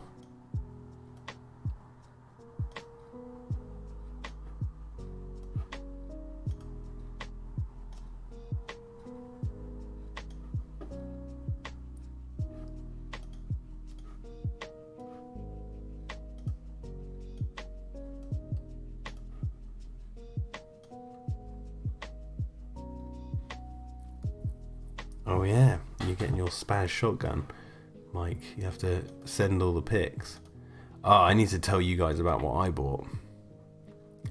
I bought a weed burner, and I have been loving everything about it. It's like a flamethrower, burning weeds in my garden, all on the floor. Get rid of those suckers. Burning empty snail shells. Just listen to those shells pop. Proper awesome. Like, just frickin' burn it all away. Get rid of it all.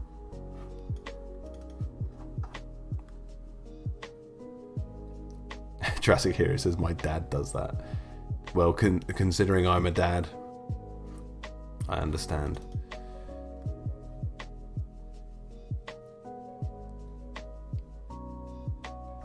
We need a highlight of Jack saying weed burner. Here you go. Ready for this? Weed burner. The weed burner.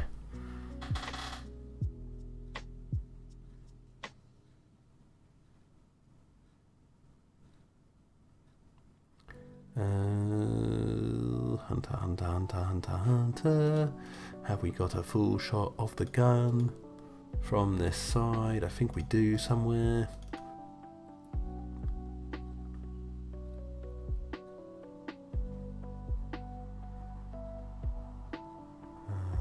I'm just trying to find it. I swear I drew his gun like in full at some point. Should have really drawn it as a separate prop, really, shouldn't I? Not that one. Not there. Was it 19? Was it that one?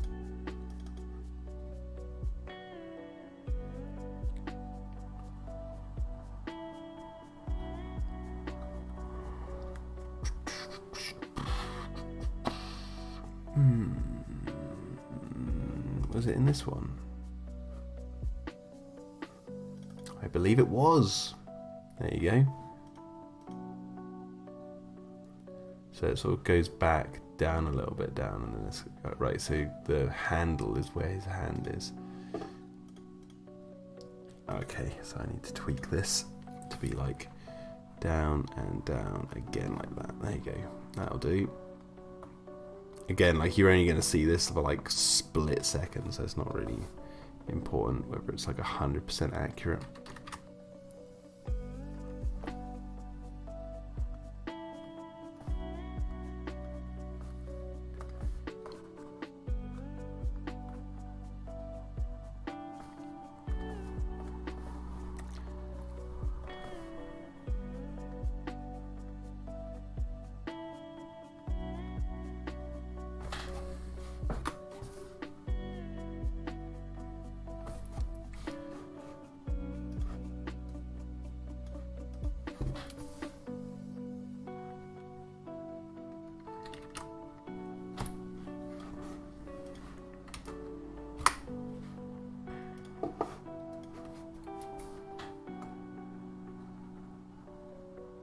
The gun looks kind of stocky because it's like facing away, but again, it's going to be swinging round, so...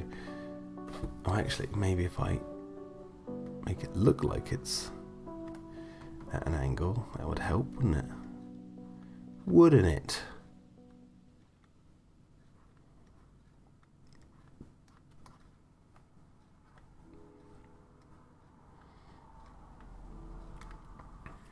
That kind of thing. Now let's get the colours. Let's grab the old little Hunterino. Stick him in here. Get a new layer for the colours.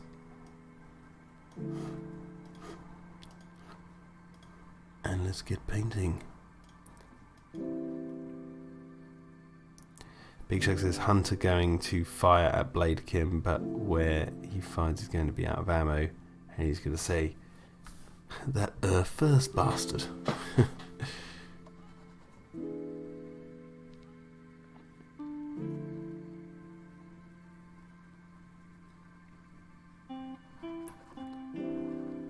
I know you. You're that first bastard, aren't you? First, what's that? Environmental criminal. Scum. Scum. Hello, Siaka.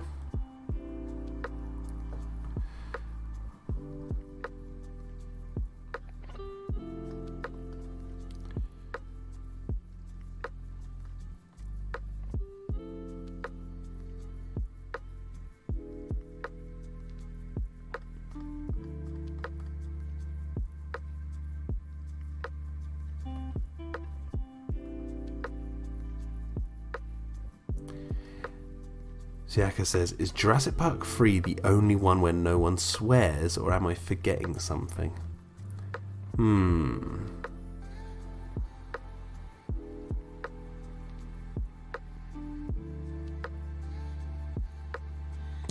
I'm going through all of the dialogue in my head, like Short Circuit does when he reads a book and he's like... In my head, that's what's going on with Jurassic Park 3 right now.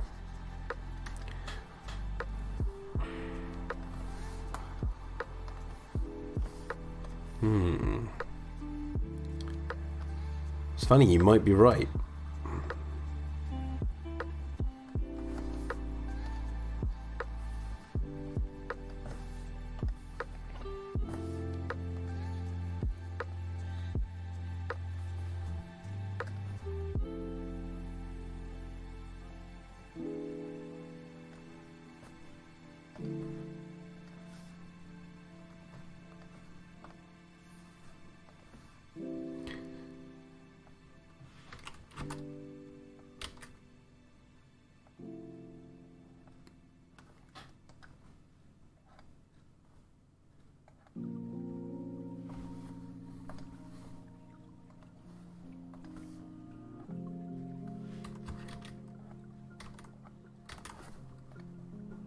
Yeah, I don't think there is any swearing like in Jurassic Park 3.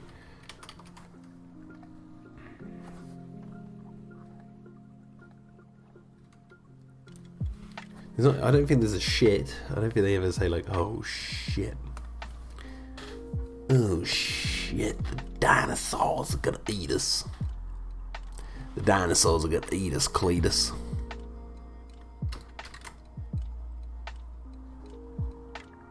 Oh no, wait, there is a swear word in Jurassic Park 3. It's when when the T-Rex is killed by the Spinosaurus, we cut to Paul being punched, don't we, by Alan Grant. And Alan Grant, if you listen carefully in the background, you can hear him shout like, "Where's my fucking money?" And he's like yelling at him. You don't remember that line, but it is in there.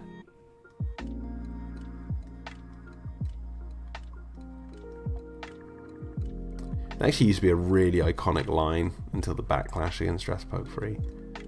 It was even on the poster. It said like, Jurassic Park 3, where's my fucking money? That's what it said.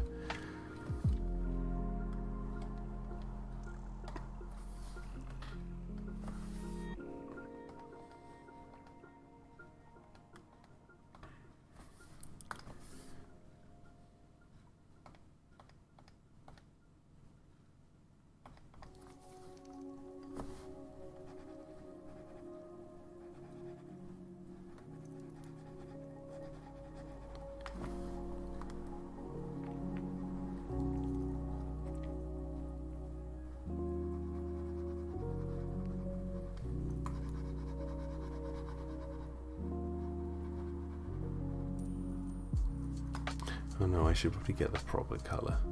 I did use this, didn't I? And then change it.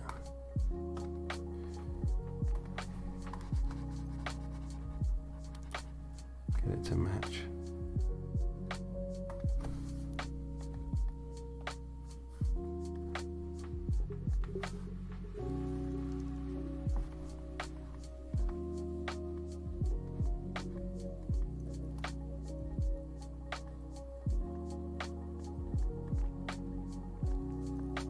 Do they even say the word damn? Like damn in Jurassic Park 3?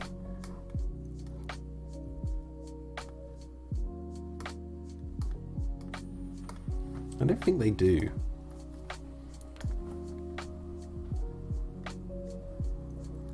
Not that swearing like makes it everything like, you know, cool or whatever. It doesn't have to have swearing, but it is interesting that Jurassic Park 3 is the only one that doesn't seem to have any swearing whatsoever.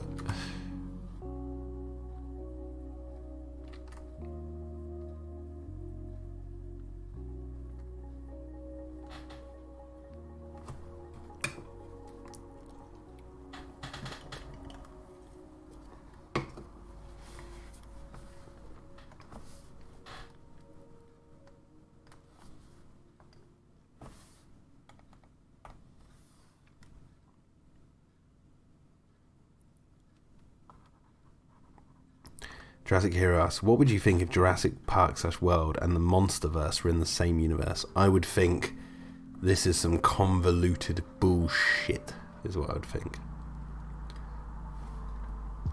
I'd be really cynical about it. I'd be like, no, now they're really, really trying to cash in on these two franchises. I wouldn't want them to be in the same universe, so I'd be really depressed, like really depressed. Like I'd curl up in a ball and just urinate where I lie. I wouldn't even get up. Like, how dare they put Godzilla and Kong in Jurassic?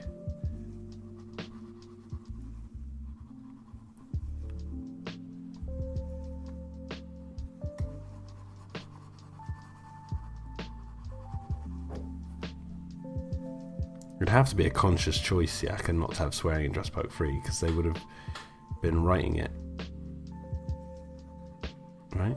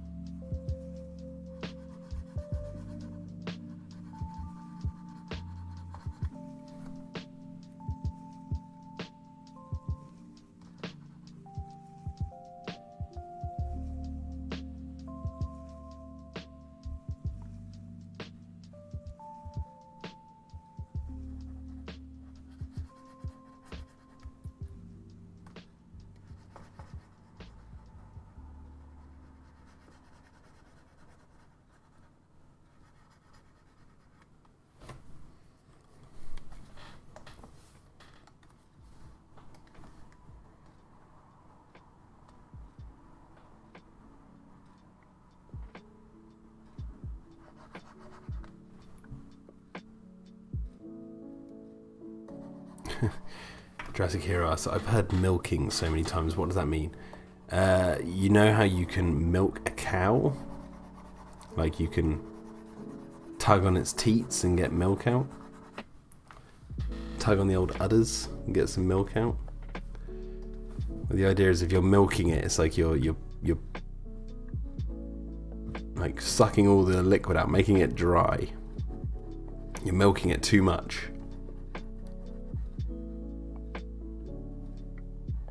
So it becomes dried up, becomes nothing, and a vacuous shell of what once was.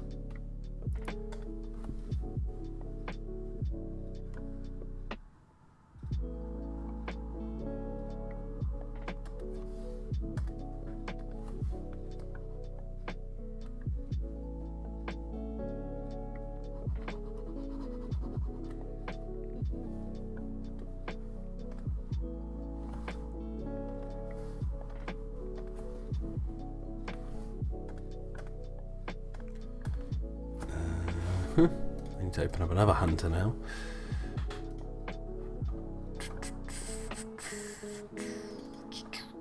Where's that frame? This one. He's got the 3 notches there, like at the front. And I can't forget the golden bits.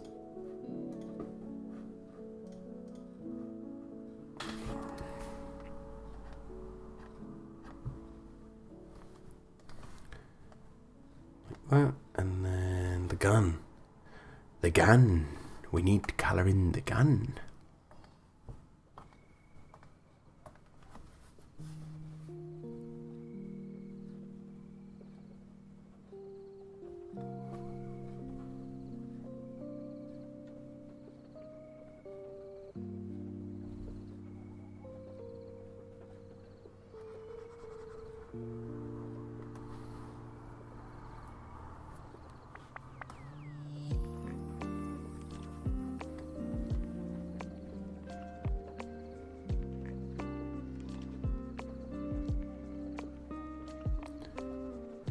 Still trying to remember like what films I've watched recently.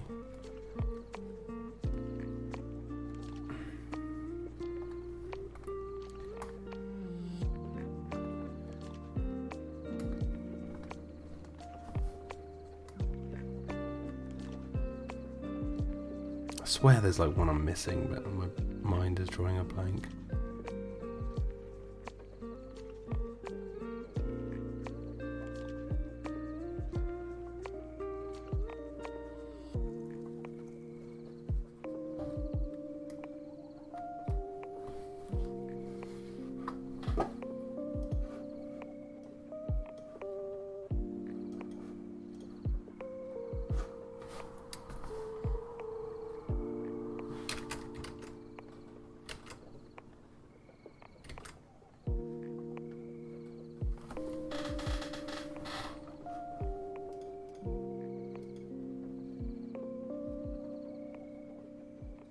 Hello, Neil Finart. Hello, how are you doing?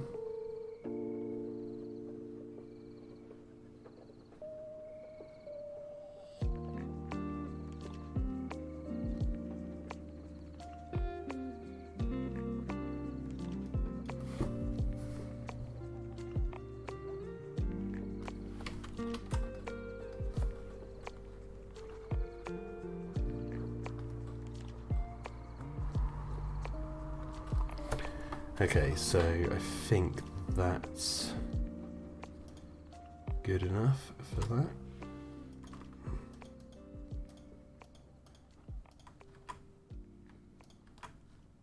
I'll keep that going because now to make this guy line up with the others.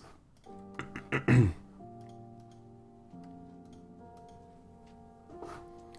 terms of colour, so let's just match him. Oh no, wait, duplicate him. Then match.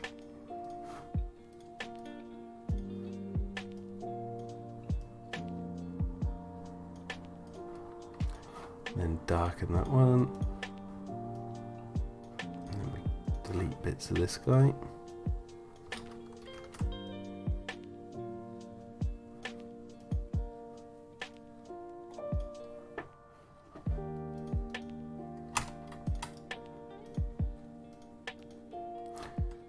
So filter blur.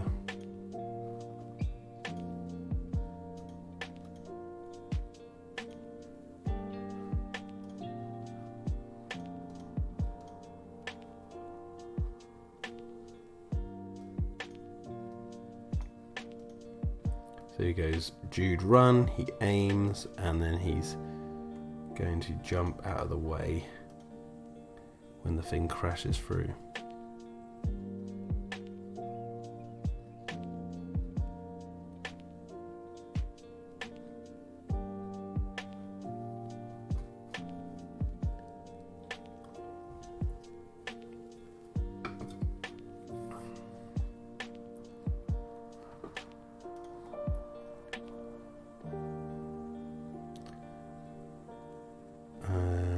Okay, what I'm going to do is grab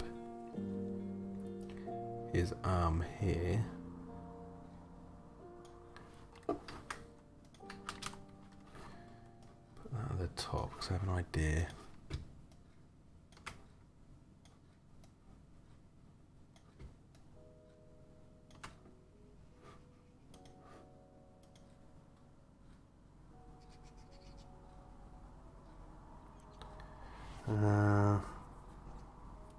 No, I'm going to draw it from scratch. Layer, drawing from scratch again.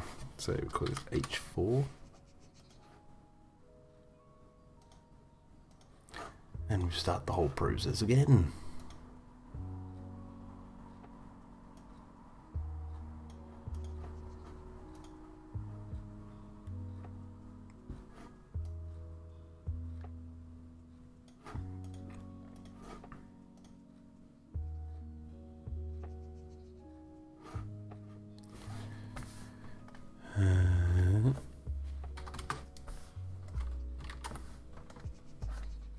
So now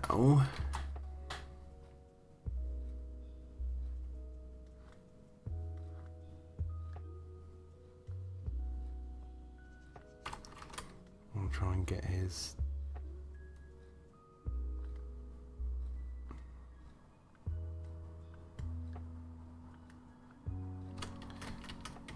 right, so I can see how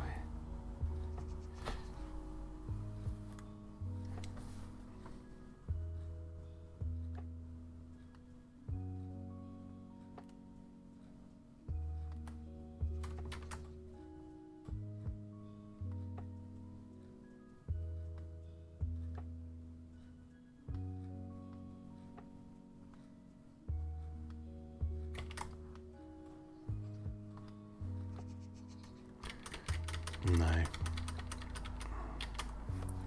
Start with his head.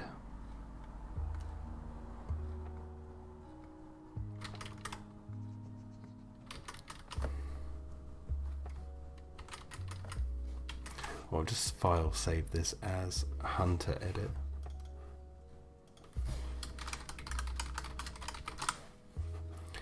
Save it. Okay, now let me jump back because I actually want to cut his head out. Actually go all the way back to here. Cut his head out here and copy. And then open back up, Hunter Edit. And we go back to where we were. And then paste this. Yeah, there we go.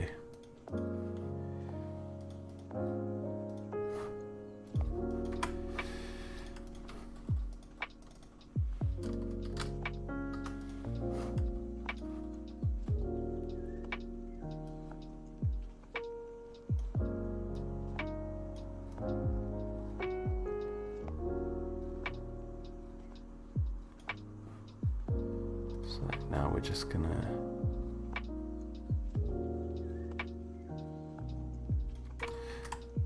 actually we can still get the body of this guy. I just need to tweak it.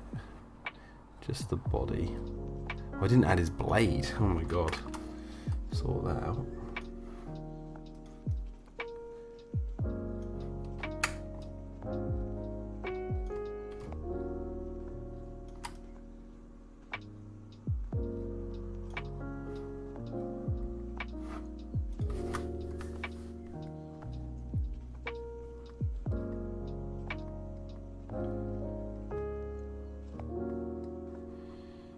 His head down like this.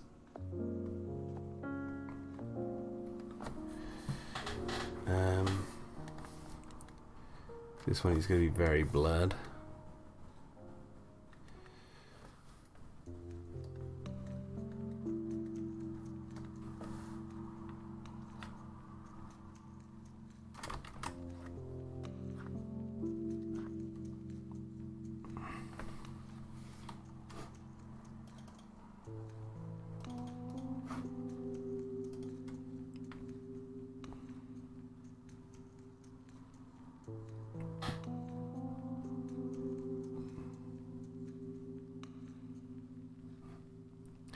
Big Shark says, as soon as the original cast was confirmed for Jurassic World Dominion, people were already complaining.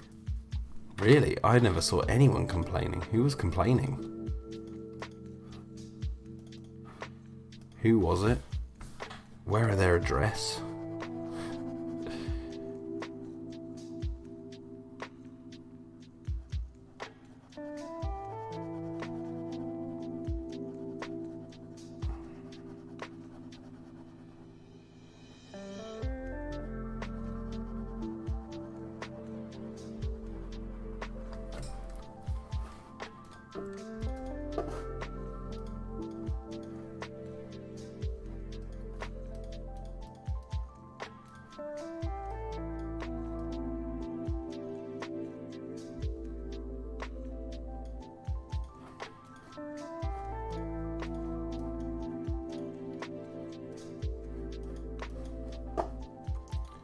Right, so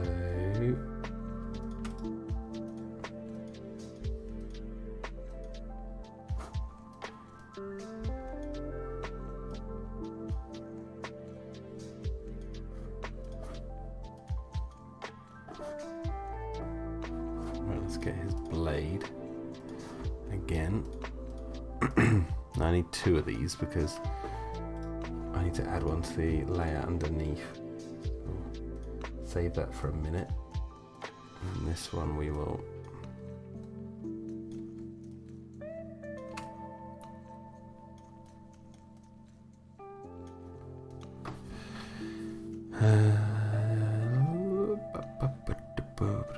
Siaka says, I do see a lot of people complaining about the would we be safe question. Some people saying that we would wipe out the dinosaurs and some saying the dinosaurs wipe us out. See, whenever you get 2 extremes like that, no, like, the place to go is the middle. Yeah, of course, humans would kill a lot of dinosaurs. Also, dinosaurs would probably injure, if not kill, a lot of people. And it's more about the genetic engineering getting out more than the actual physical dinosaurs. It's like did people watch Fallen Kingdom? Because that's what Malcolm was talking about. That's what Colin was basically pushing, it's more the genetic technology and the ramifications of dinosaur DNA being out in the open. Even though they had like a whole bloody theme park, you know, you think people would just steal it from there, but you know, that aside, it's like the genetic power has been unleashed. That's what Malcolm has said. It's not like the dinosaurs have been unleashed. He's talking about genetic power. And it's like, that's what gets overlooked.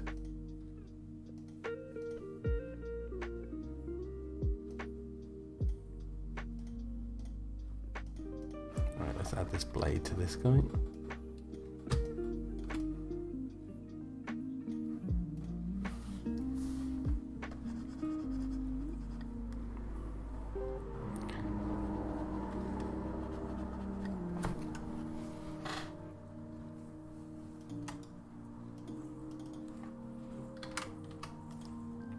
Okay, so we got 1, 2, 3, 4, and then 5. He's diving out of the way. So we need a good jumping out of danger shot. So he'll be jumping out as it's like boom, and the camera does turn, but I'm just gonna have him go off like in 2D.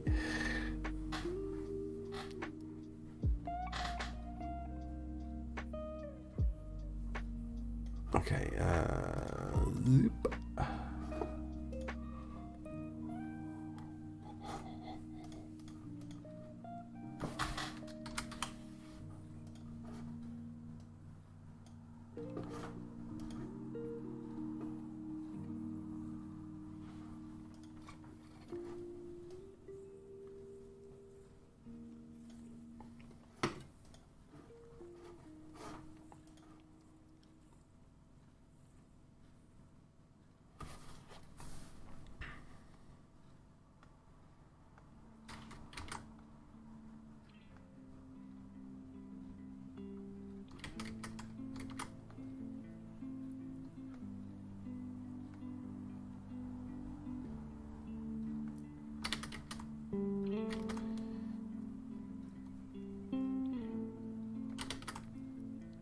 just going to try and draw this from like...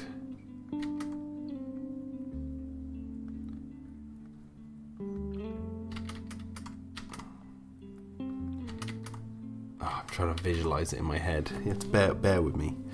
What are you guys saying? Try and inspire me.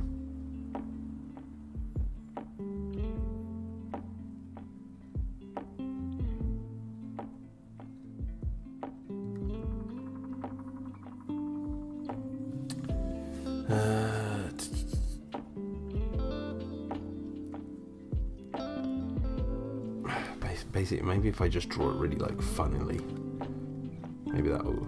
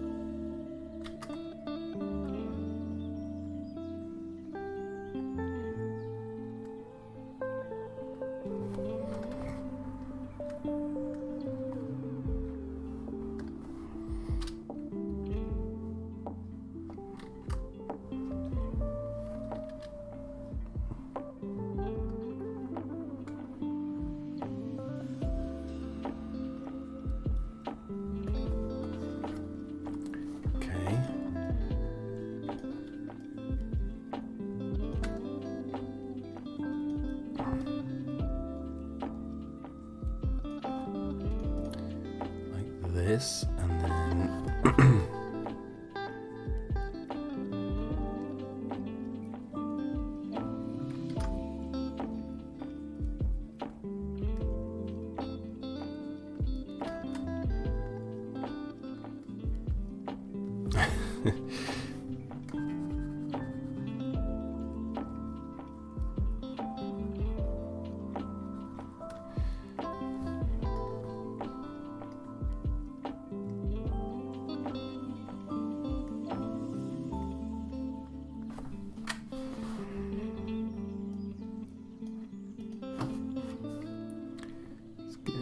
down like this.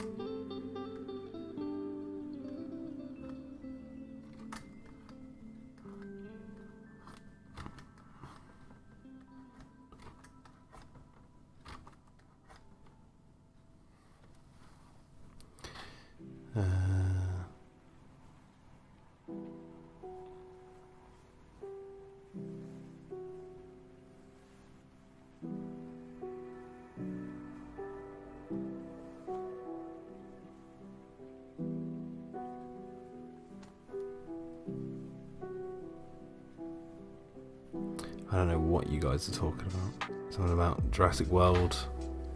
Something about reboots. I haven't really been following the conversation.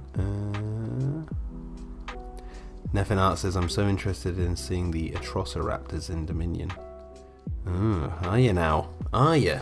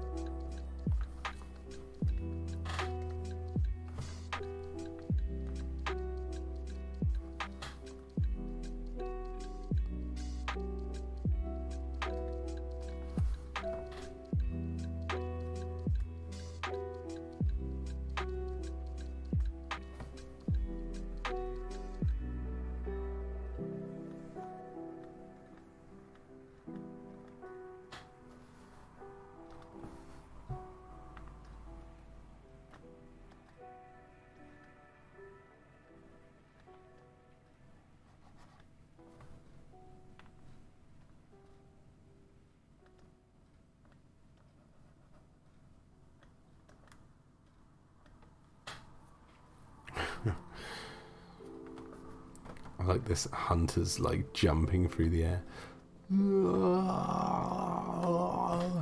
He's like, no.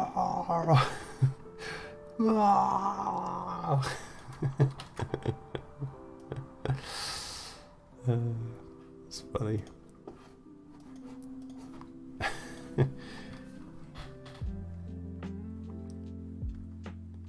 Have his moustache jumping through the air.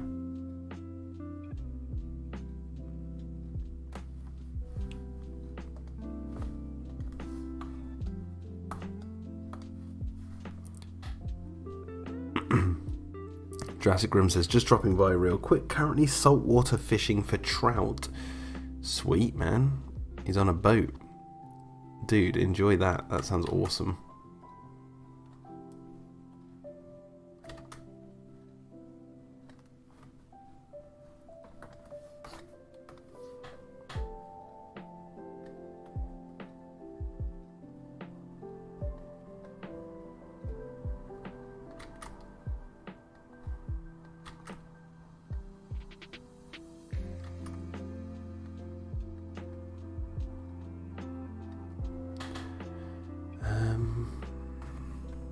Just want to make sure that I've got this down.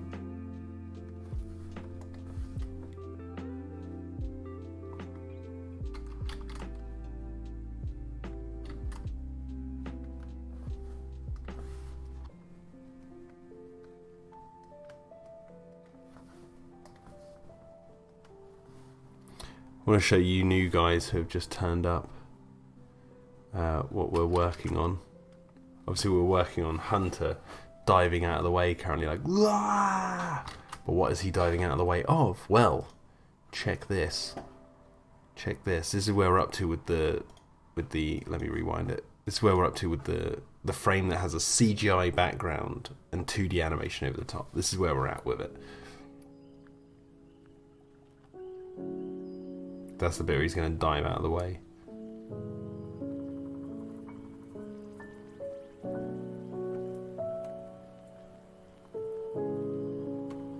Obviously I've got to add like dust elements and God knows what else. But we'll see how it goes in the final edit. Because even though we've got like a CGI background, there's going to be a lot going on in the frame. But it's just to get that sort of long money shot. So we get him diving out of the way as it bursts through the window. No, I actually really like the way I've posed him here.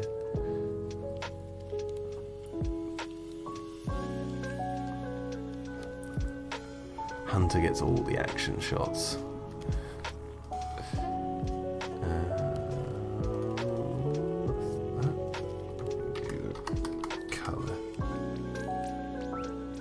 Thank you, Nefina. He says, dude, that is immaculate.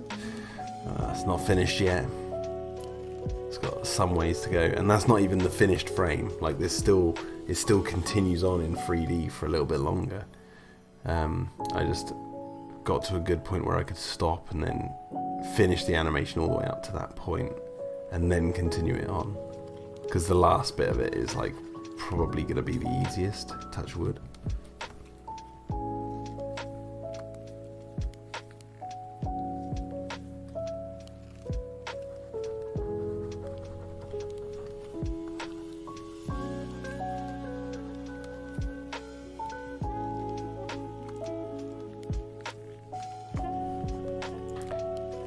Yeah, the modelling thing worked out well. Big Shark says, I hope I'm not coming off as some snob. What are you talking about? Oh, it's some conversation he's having in the chat. Okay.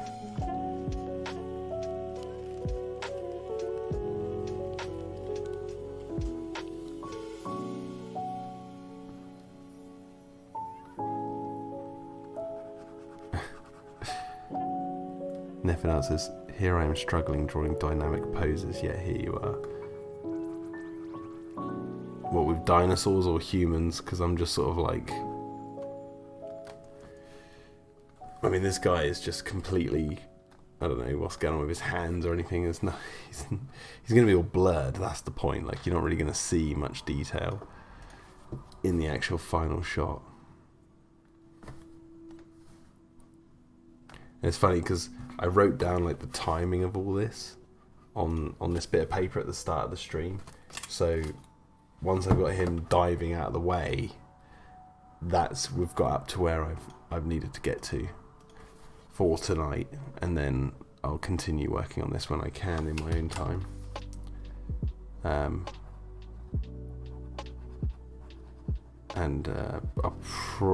don't know, I probably will be still on this frame by the time we get to the next stream. If not, it'll be really really cool, but I foresee this shot still going on for a while. And there's still so much to do in episode 4.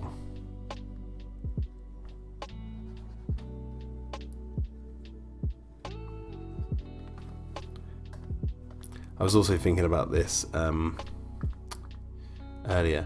I don't know, like, I want to kind of take a break after episode 4 is out, just so I can organise episode 5, get my head around how I'm gonna like tie it all together, and yeah, just like have a break from painting for a bit.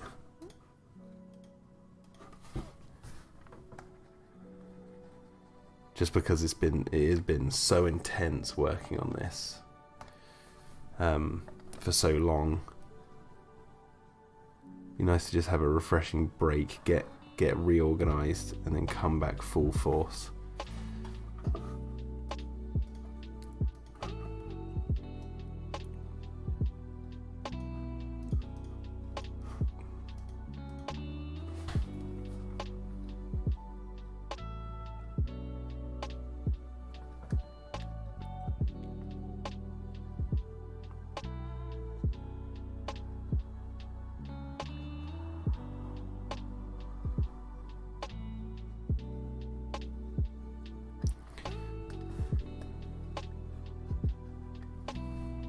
Plus, like, it would be quite nice to like make some videos for the channel that aren't Dino-Defenders related, or live streams. It'd be nice to. I want to do like I want to do the last video in my Kong Skull Island videos. You know, about Godzilla versus Kong.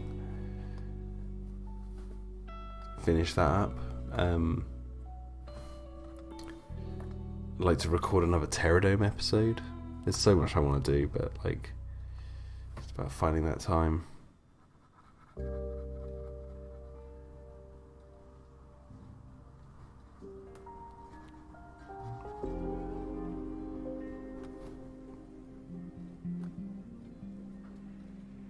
Return of the Black Sack. Yeah, maybe.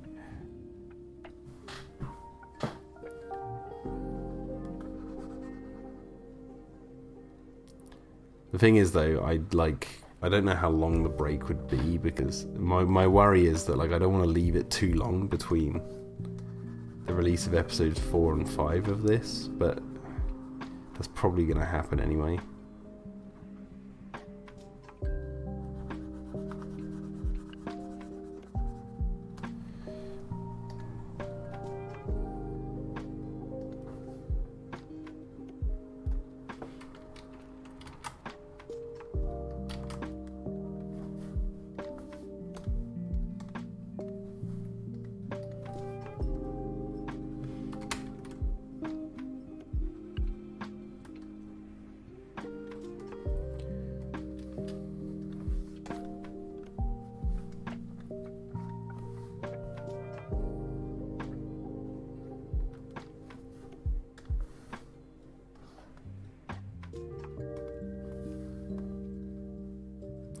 Big Shark says, Jack, you should go to Flowstone Paradise? Flowstone Paradise. What is that? What is that? Sounds like I'm gonna die.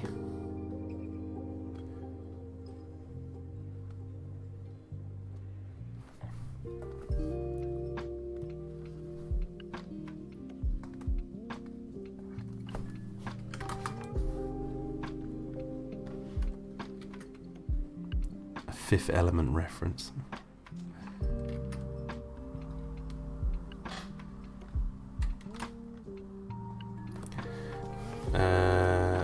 Okay. I need his blade. And bear in mind, I do need to make his shotgun a separate layer here, because that's going to be flying off his persons as he jumps. So, whoa, the hell's going on with his blade? Why is it so big?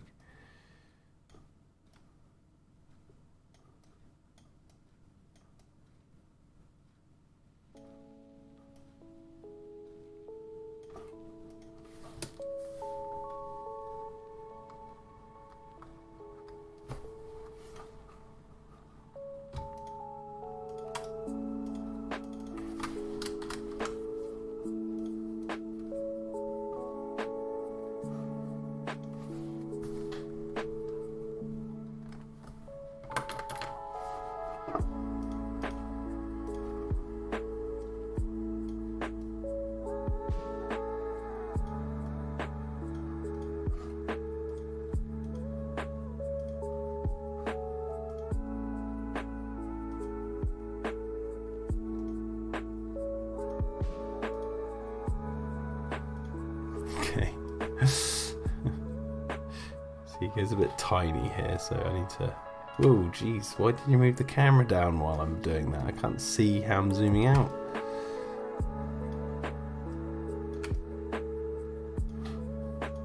No! Diving out of the way.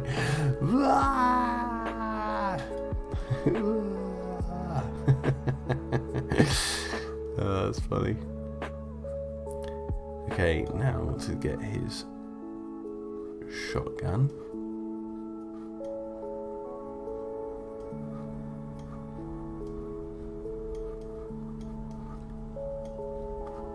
I'm going to make his shotgun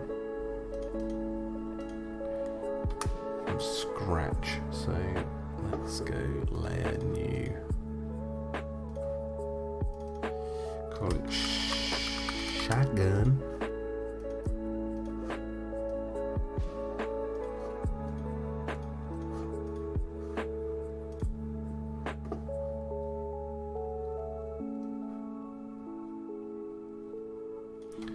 Actually, I just want it like on the side.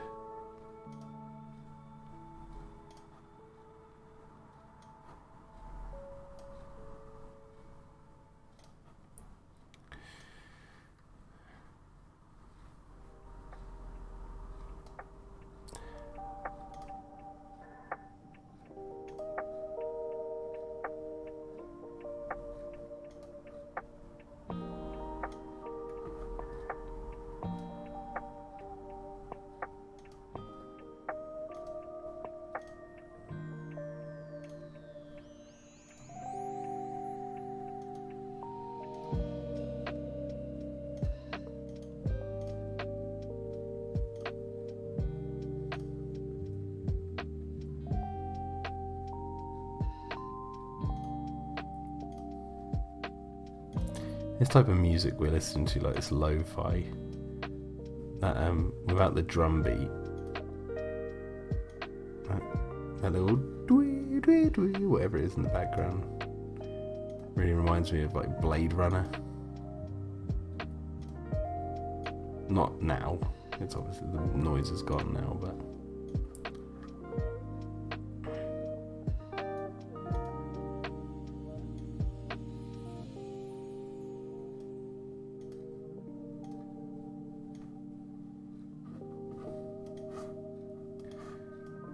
simple shotgun. I wonder if I can literally just fill it. Kind of nice if I could. Ooh, dang.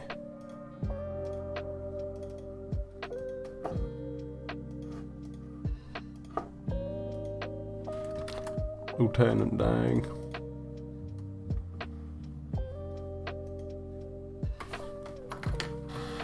It's unfortunate you can't play speed metal. Yeah, I'd have some Sonata Arctica on blaring out. That's who I'd have playing if I could have some speed metal. Sonata Arctica. Reckoning Night, or whatever that album's called. That's a banging album from start to finish.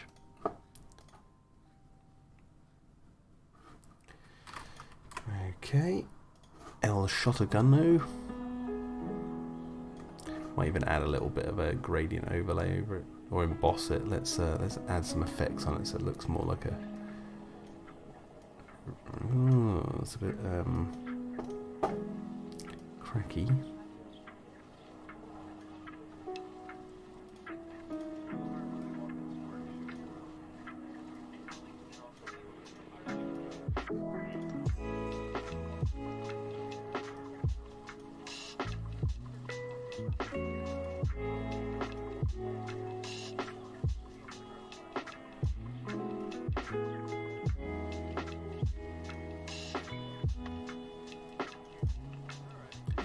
Nah, let's just do a gradient overlay.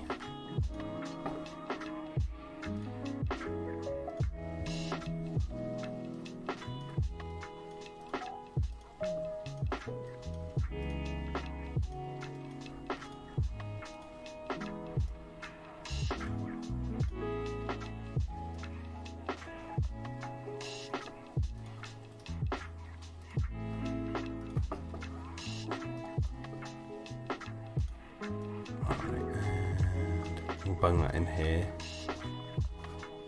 just so we've got it in here for future reference. And I'll also open up this one. No, not that frame.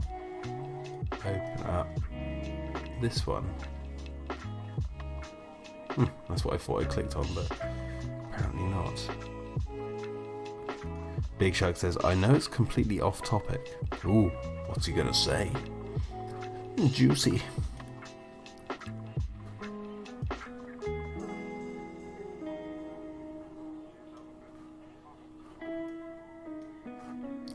Put it in here as well. Put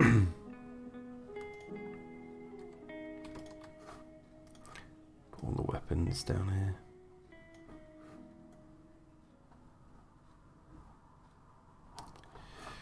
Right, save that.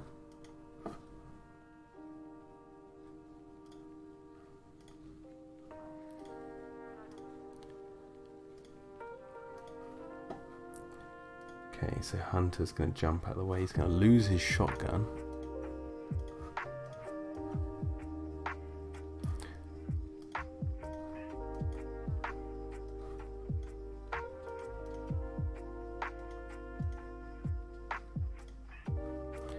Okay, so now let's save all these. And I can bung them in the edit.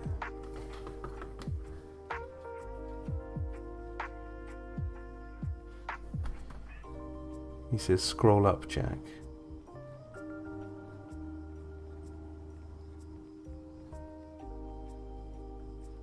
I don't know what I'm meant to be reading.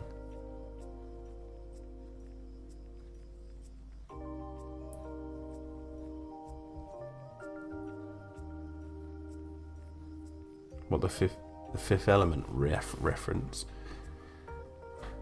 Oof, I already saw that.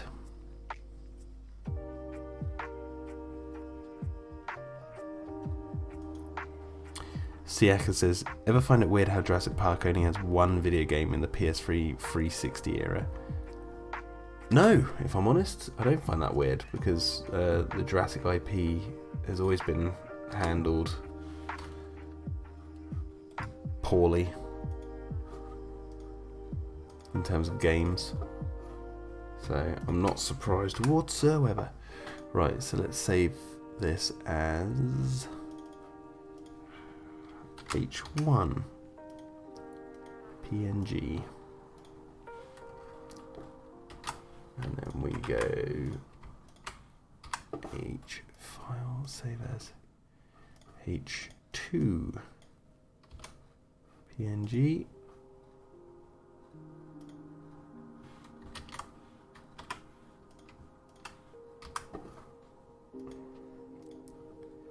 H3 PNG.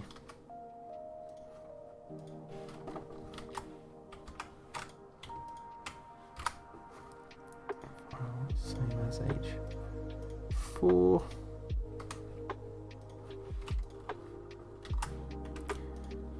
H5.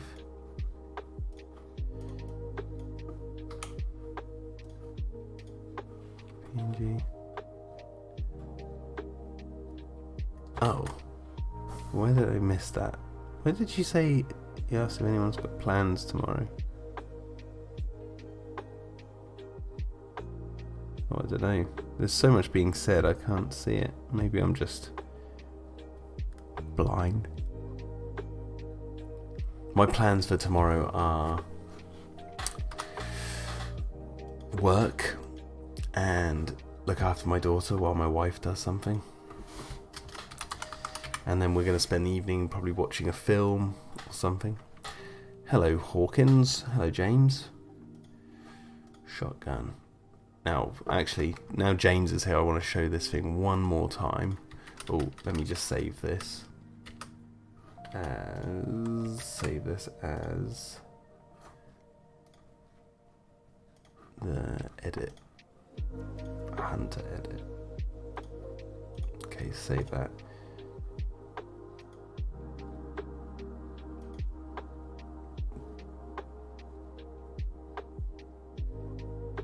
James, check this out. So this is where I'm at with this layer. Check this out. I'm quite proud of this. So let's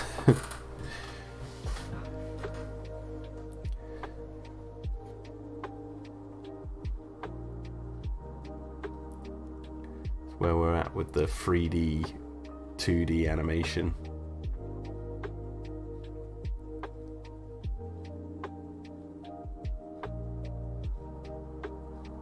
Haven't got the humans in there yet, but the last thing I did to this, aside from adding in like the vibrations and stuff, was like doing the lighting on the head here, and then the shadow on the wall in the background there to get it looking good.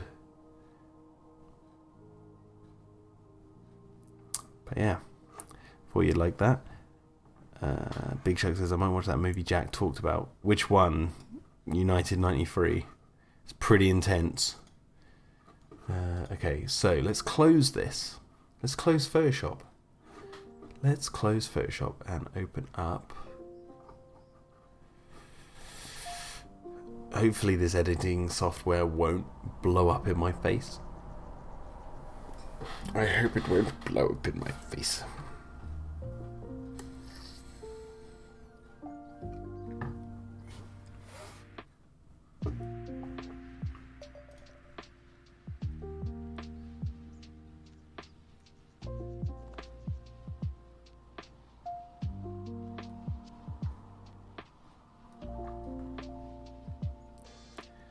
Okay, you guys might see the editing software, but you're not gonna see the. Well, I'll switch it in a second.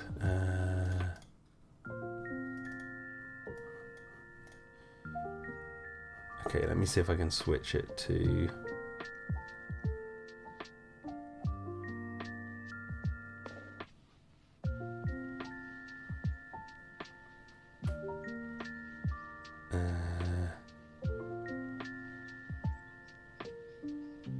Trying to work out how I can do this. Maybe this one? Does this work? Well, I'll be able to see on the live stream.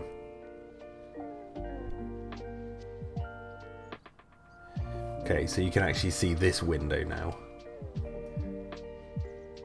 So what we're going to do, this window is basically this layer here, the video in the background that I've rendered, but with like all the vibrations. So like if I zoom in on here, you can see these pinpoints. So like here the camera moves down, and then when it bashes its head, it vibrates like that, because there's these pin pricks here, which if you look at the positions, the width and the height like shift quickly, so it's like that. Boom, boom, boom, boom, boom, boom, boom, boom, boom, boom. That's this layer we're working on. And the reason I've done that is because I can basically copy and paste this when I add in these characters.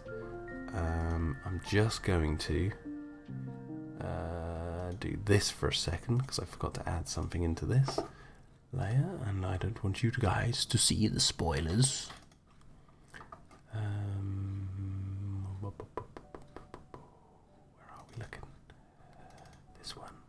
Okay, and then we go back to here and make it visible again, like this. Okay, so let's move the frame edge up. Let's add, oh no, let's add in Hunter first. Where is he? We want him yelling. We right click, set to frame size. Here we go. So he's gonna go, get the hell out of here. What did I say? It was 3 seconds, so that's where that is. And then this one, set to frame size, so he goes, get the hell out of here. And then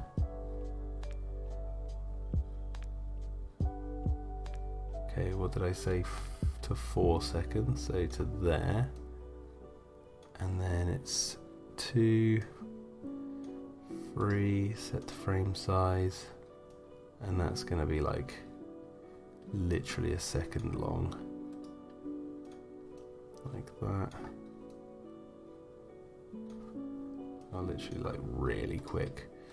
So if I change the speed to 0.2, yeah, it's gonna be like that. Set speed 0.2. So it's like, you can see it starts to move. Obviously I've got to match the vibrations.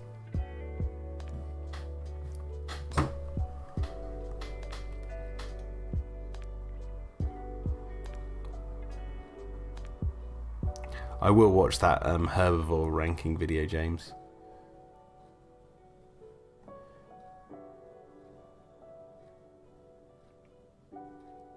Okay, 4, and then we're on to 5. So we're on to this one, where we go set to frame size. Now this is going to be fun. So like he's going to go, what, jump like that. So what we need to do is do the position.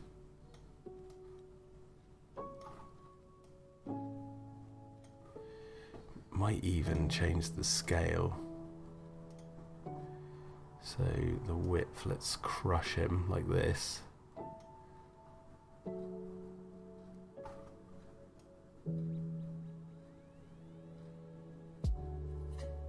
Actually, widen him a little bit. Rotate him. Move him across.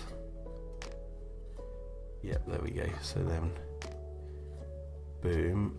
This basically from to here, his width should go up. He should raise, go across, rotate like this, go over here, and like that.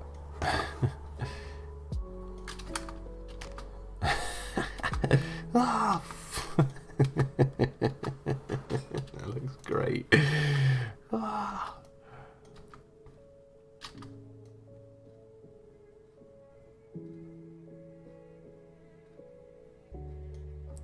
Maybe actually that should move over. Keep it a little bit longer.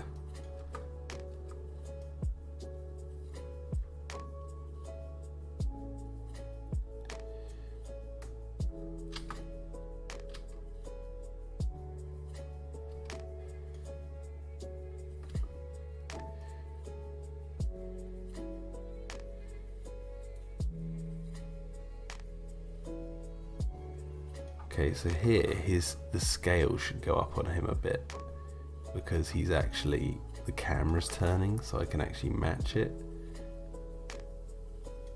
Just this, did I not? Oh, I didn't set the rotation. Oh wait, 1 second. That should be there. And then here, he should be like this. And the width we didn't change.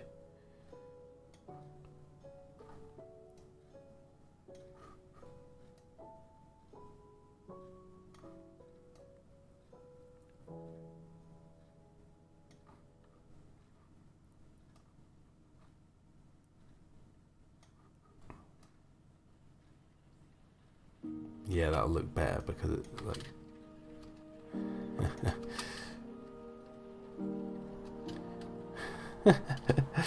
yeah, that's better. So okay, so if I copy, actually if I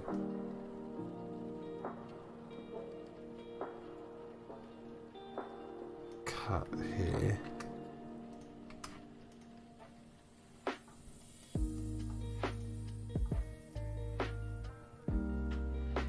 okay, so if I go here and then click motion, highlight all these, grab all those, literally click copy, and then go to this guy, bring that back there and click paste. What was his scale? 72. Okay, click paste, get rid of the scale, change that back to 72, change the height. Oh, that's not going to work, is it? Oh, let me get rid of that. Okay, so now I'm going to have to make this up as we go. So let's look at the background. What is it? It's zoomed in and it's going backwards. Okay, so he should really be down, up like this, and across. So then when it gets to here, it stops, so we do the scale to about here, so it matches, like, get out of here. So you can see the camera lifts up there, so that's gonna, he's gonna go down to about there.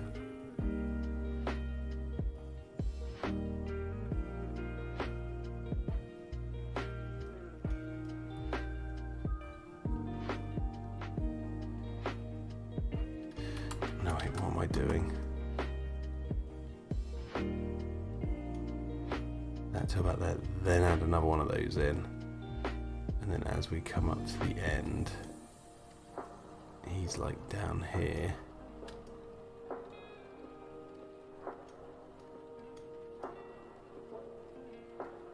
And then the camera really jerks up.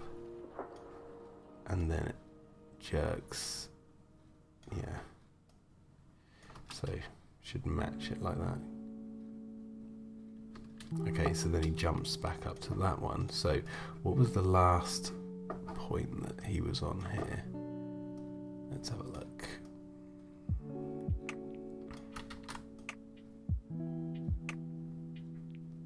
It was 77 scale and 676. So this one should start 676 and then 77 scale. Okay, so that should start with him, yeah, like that, and then we go next frame is up, so we go like that, and then trying to match the movements of this.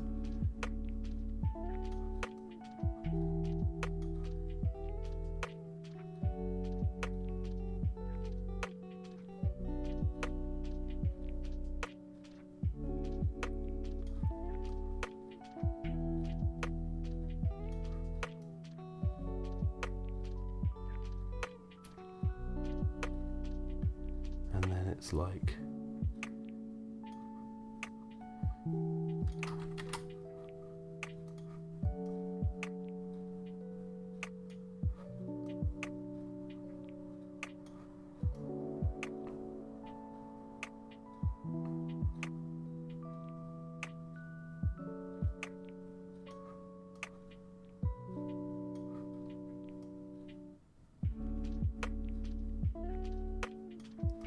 I feel like that's wrong. He should be going down on that one.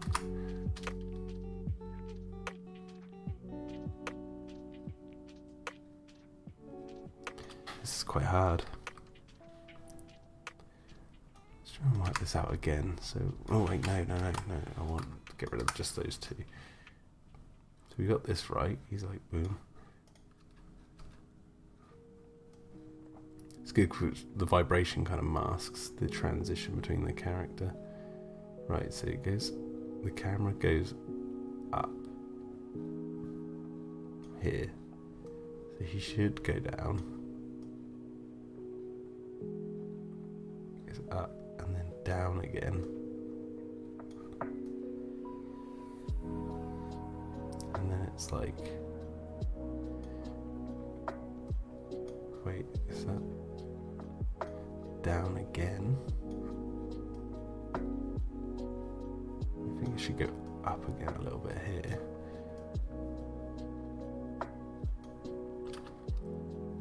See you later, Big Shug. Thanks for coming along. Why does he jump like that? Should be that much.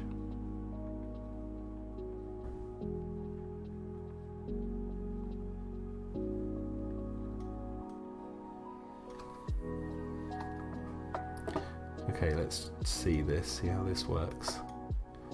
Let's have a look. How does this look? Click File, Save.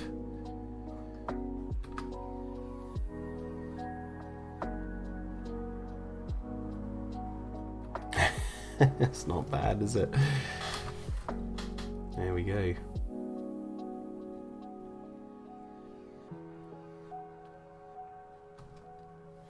And we're going to see him pop up here.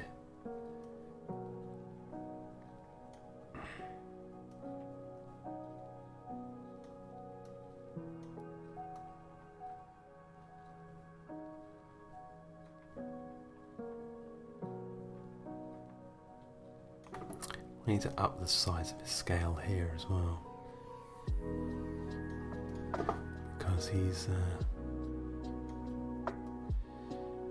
now jumping out of the way. Ooh, a bit too big. Hold your horses, laddie. You're not that big. And you're not over.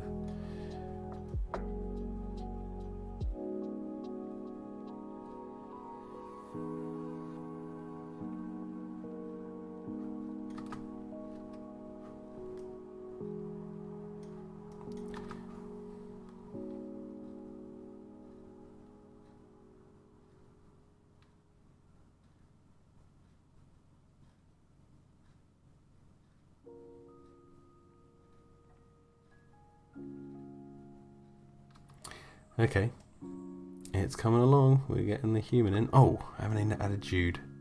Got to add Jude in quickly, and then I'll end the stream. So, right, we just need to go Ultra key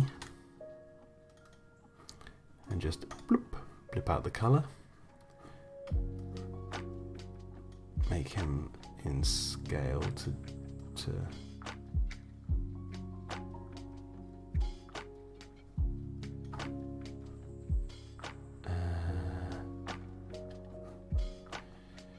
he needs to be behind him, doesn't he? But also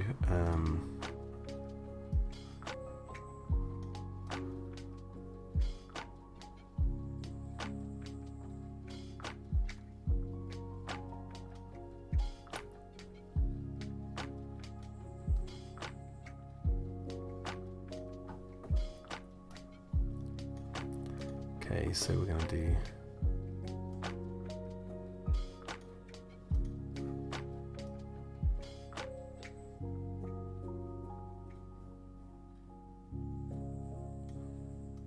his scale down and then get him off the screen. He's going to have to be off the screen quite quickly. Yeah, maybe even quicker than that. Let's drop his leg and then drop him up that way and then drop him down like that.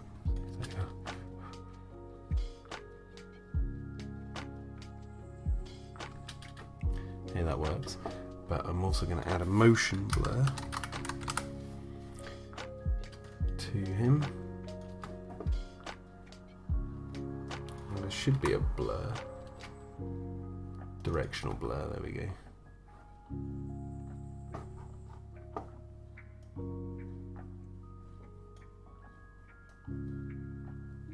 There we go, then change the direction.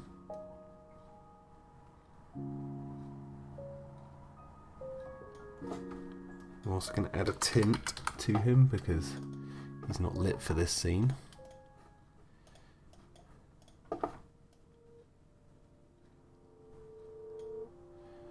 Might even add a brightness, contrast. Let's just bring his colours down a little bit. So he looks like he's actually in the room.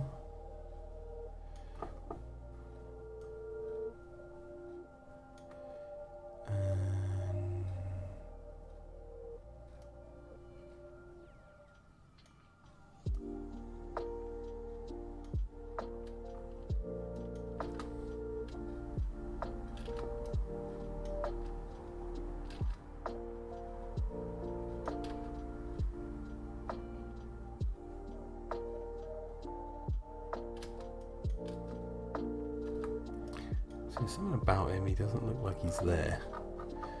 But,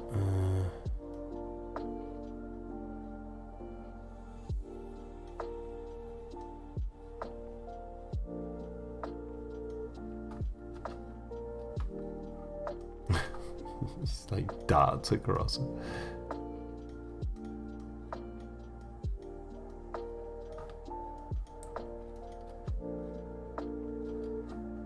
Looks like he darts and then casually walks.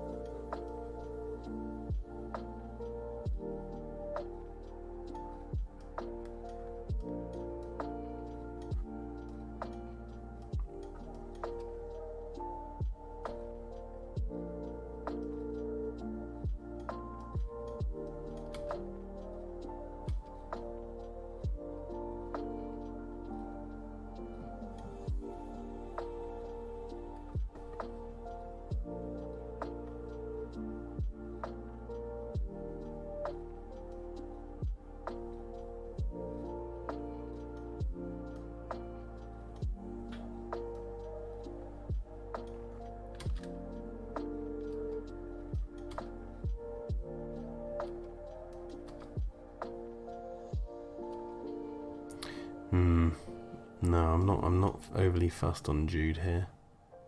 I might need to redo a picture of Jude and then add him in so he matches the scene better, because the lighting, the soft lighting on Hunter is making him stand out more.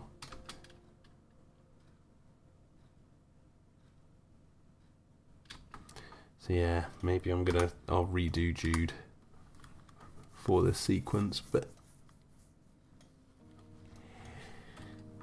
anyway, this is where we're at. So okay, that is what we did for today's stream, was add Hunter into this sequence for this little bit. So anyway guys, I hope you've enjoyed tonight's stream. Let me just go back to Photoshop. Yeah, I hope you guys have enjoyed tonight's stream, and I will catch you guys maybe next week, I believe. But yes, I will see you then.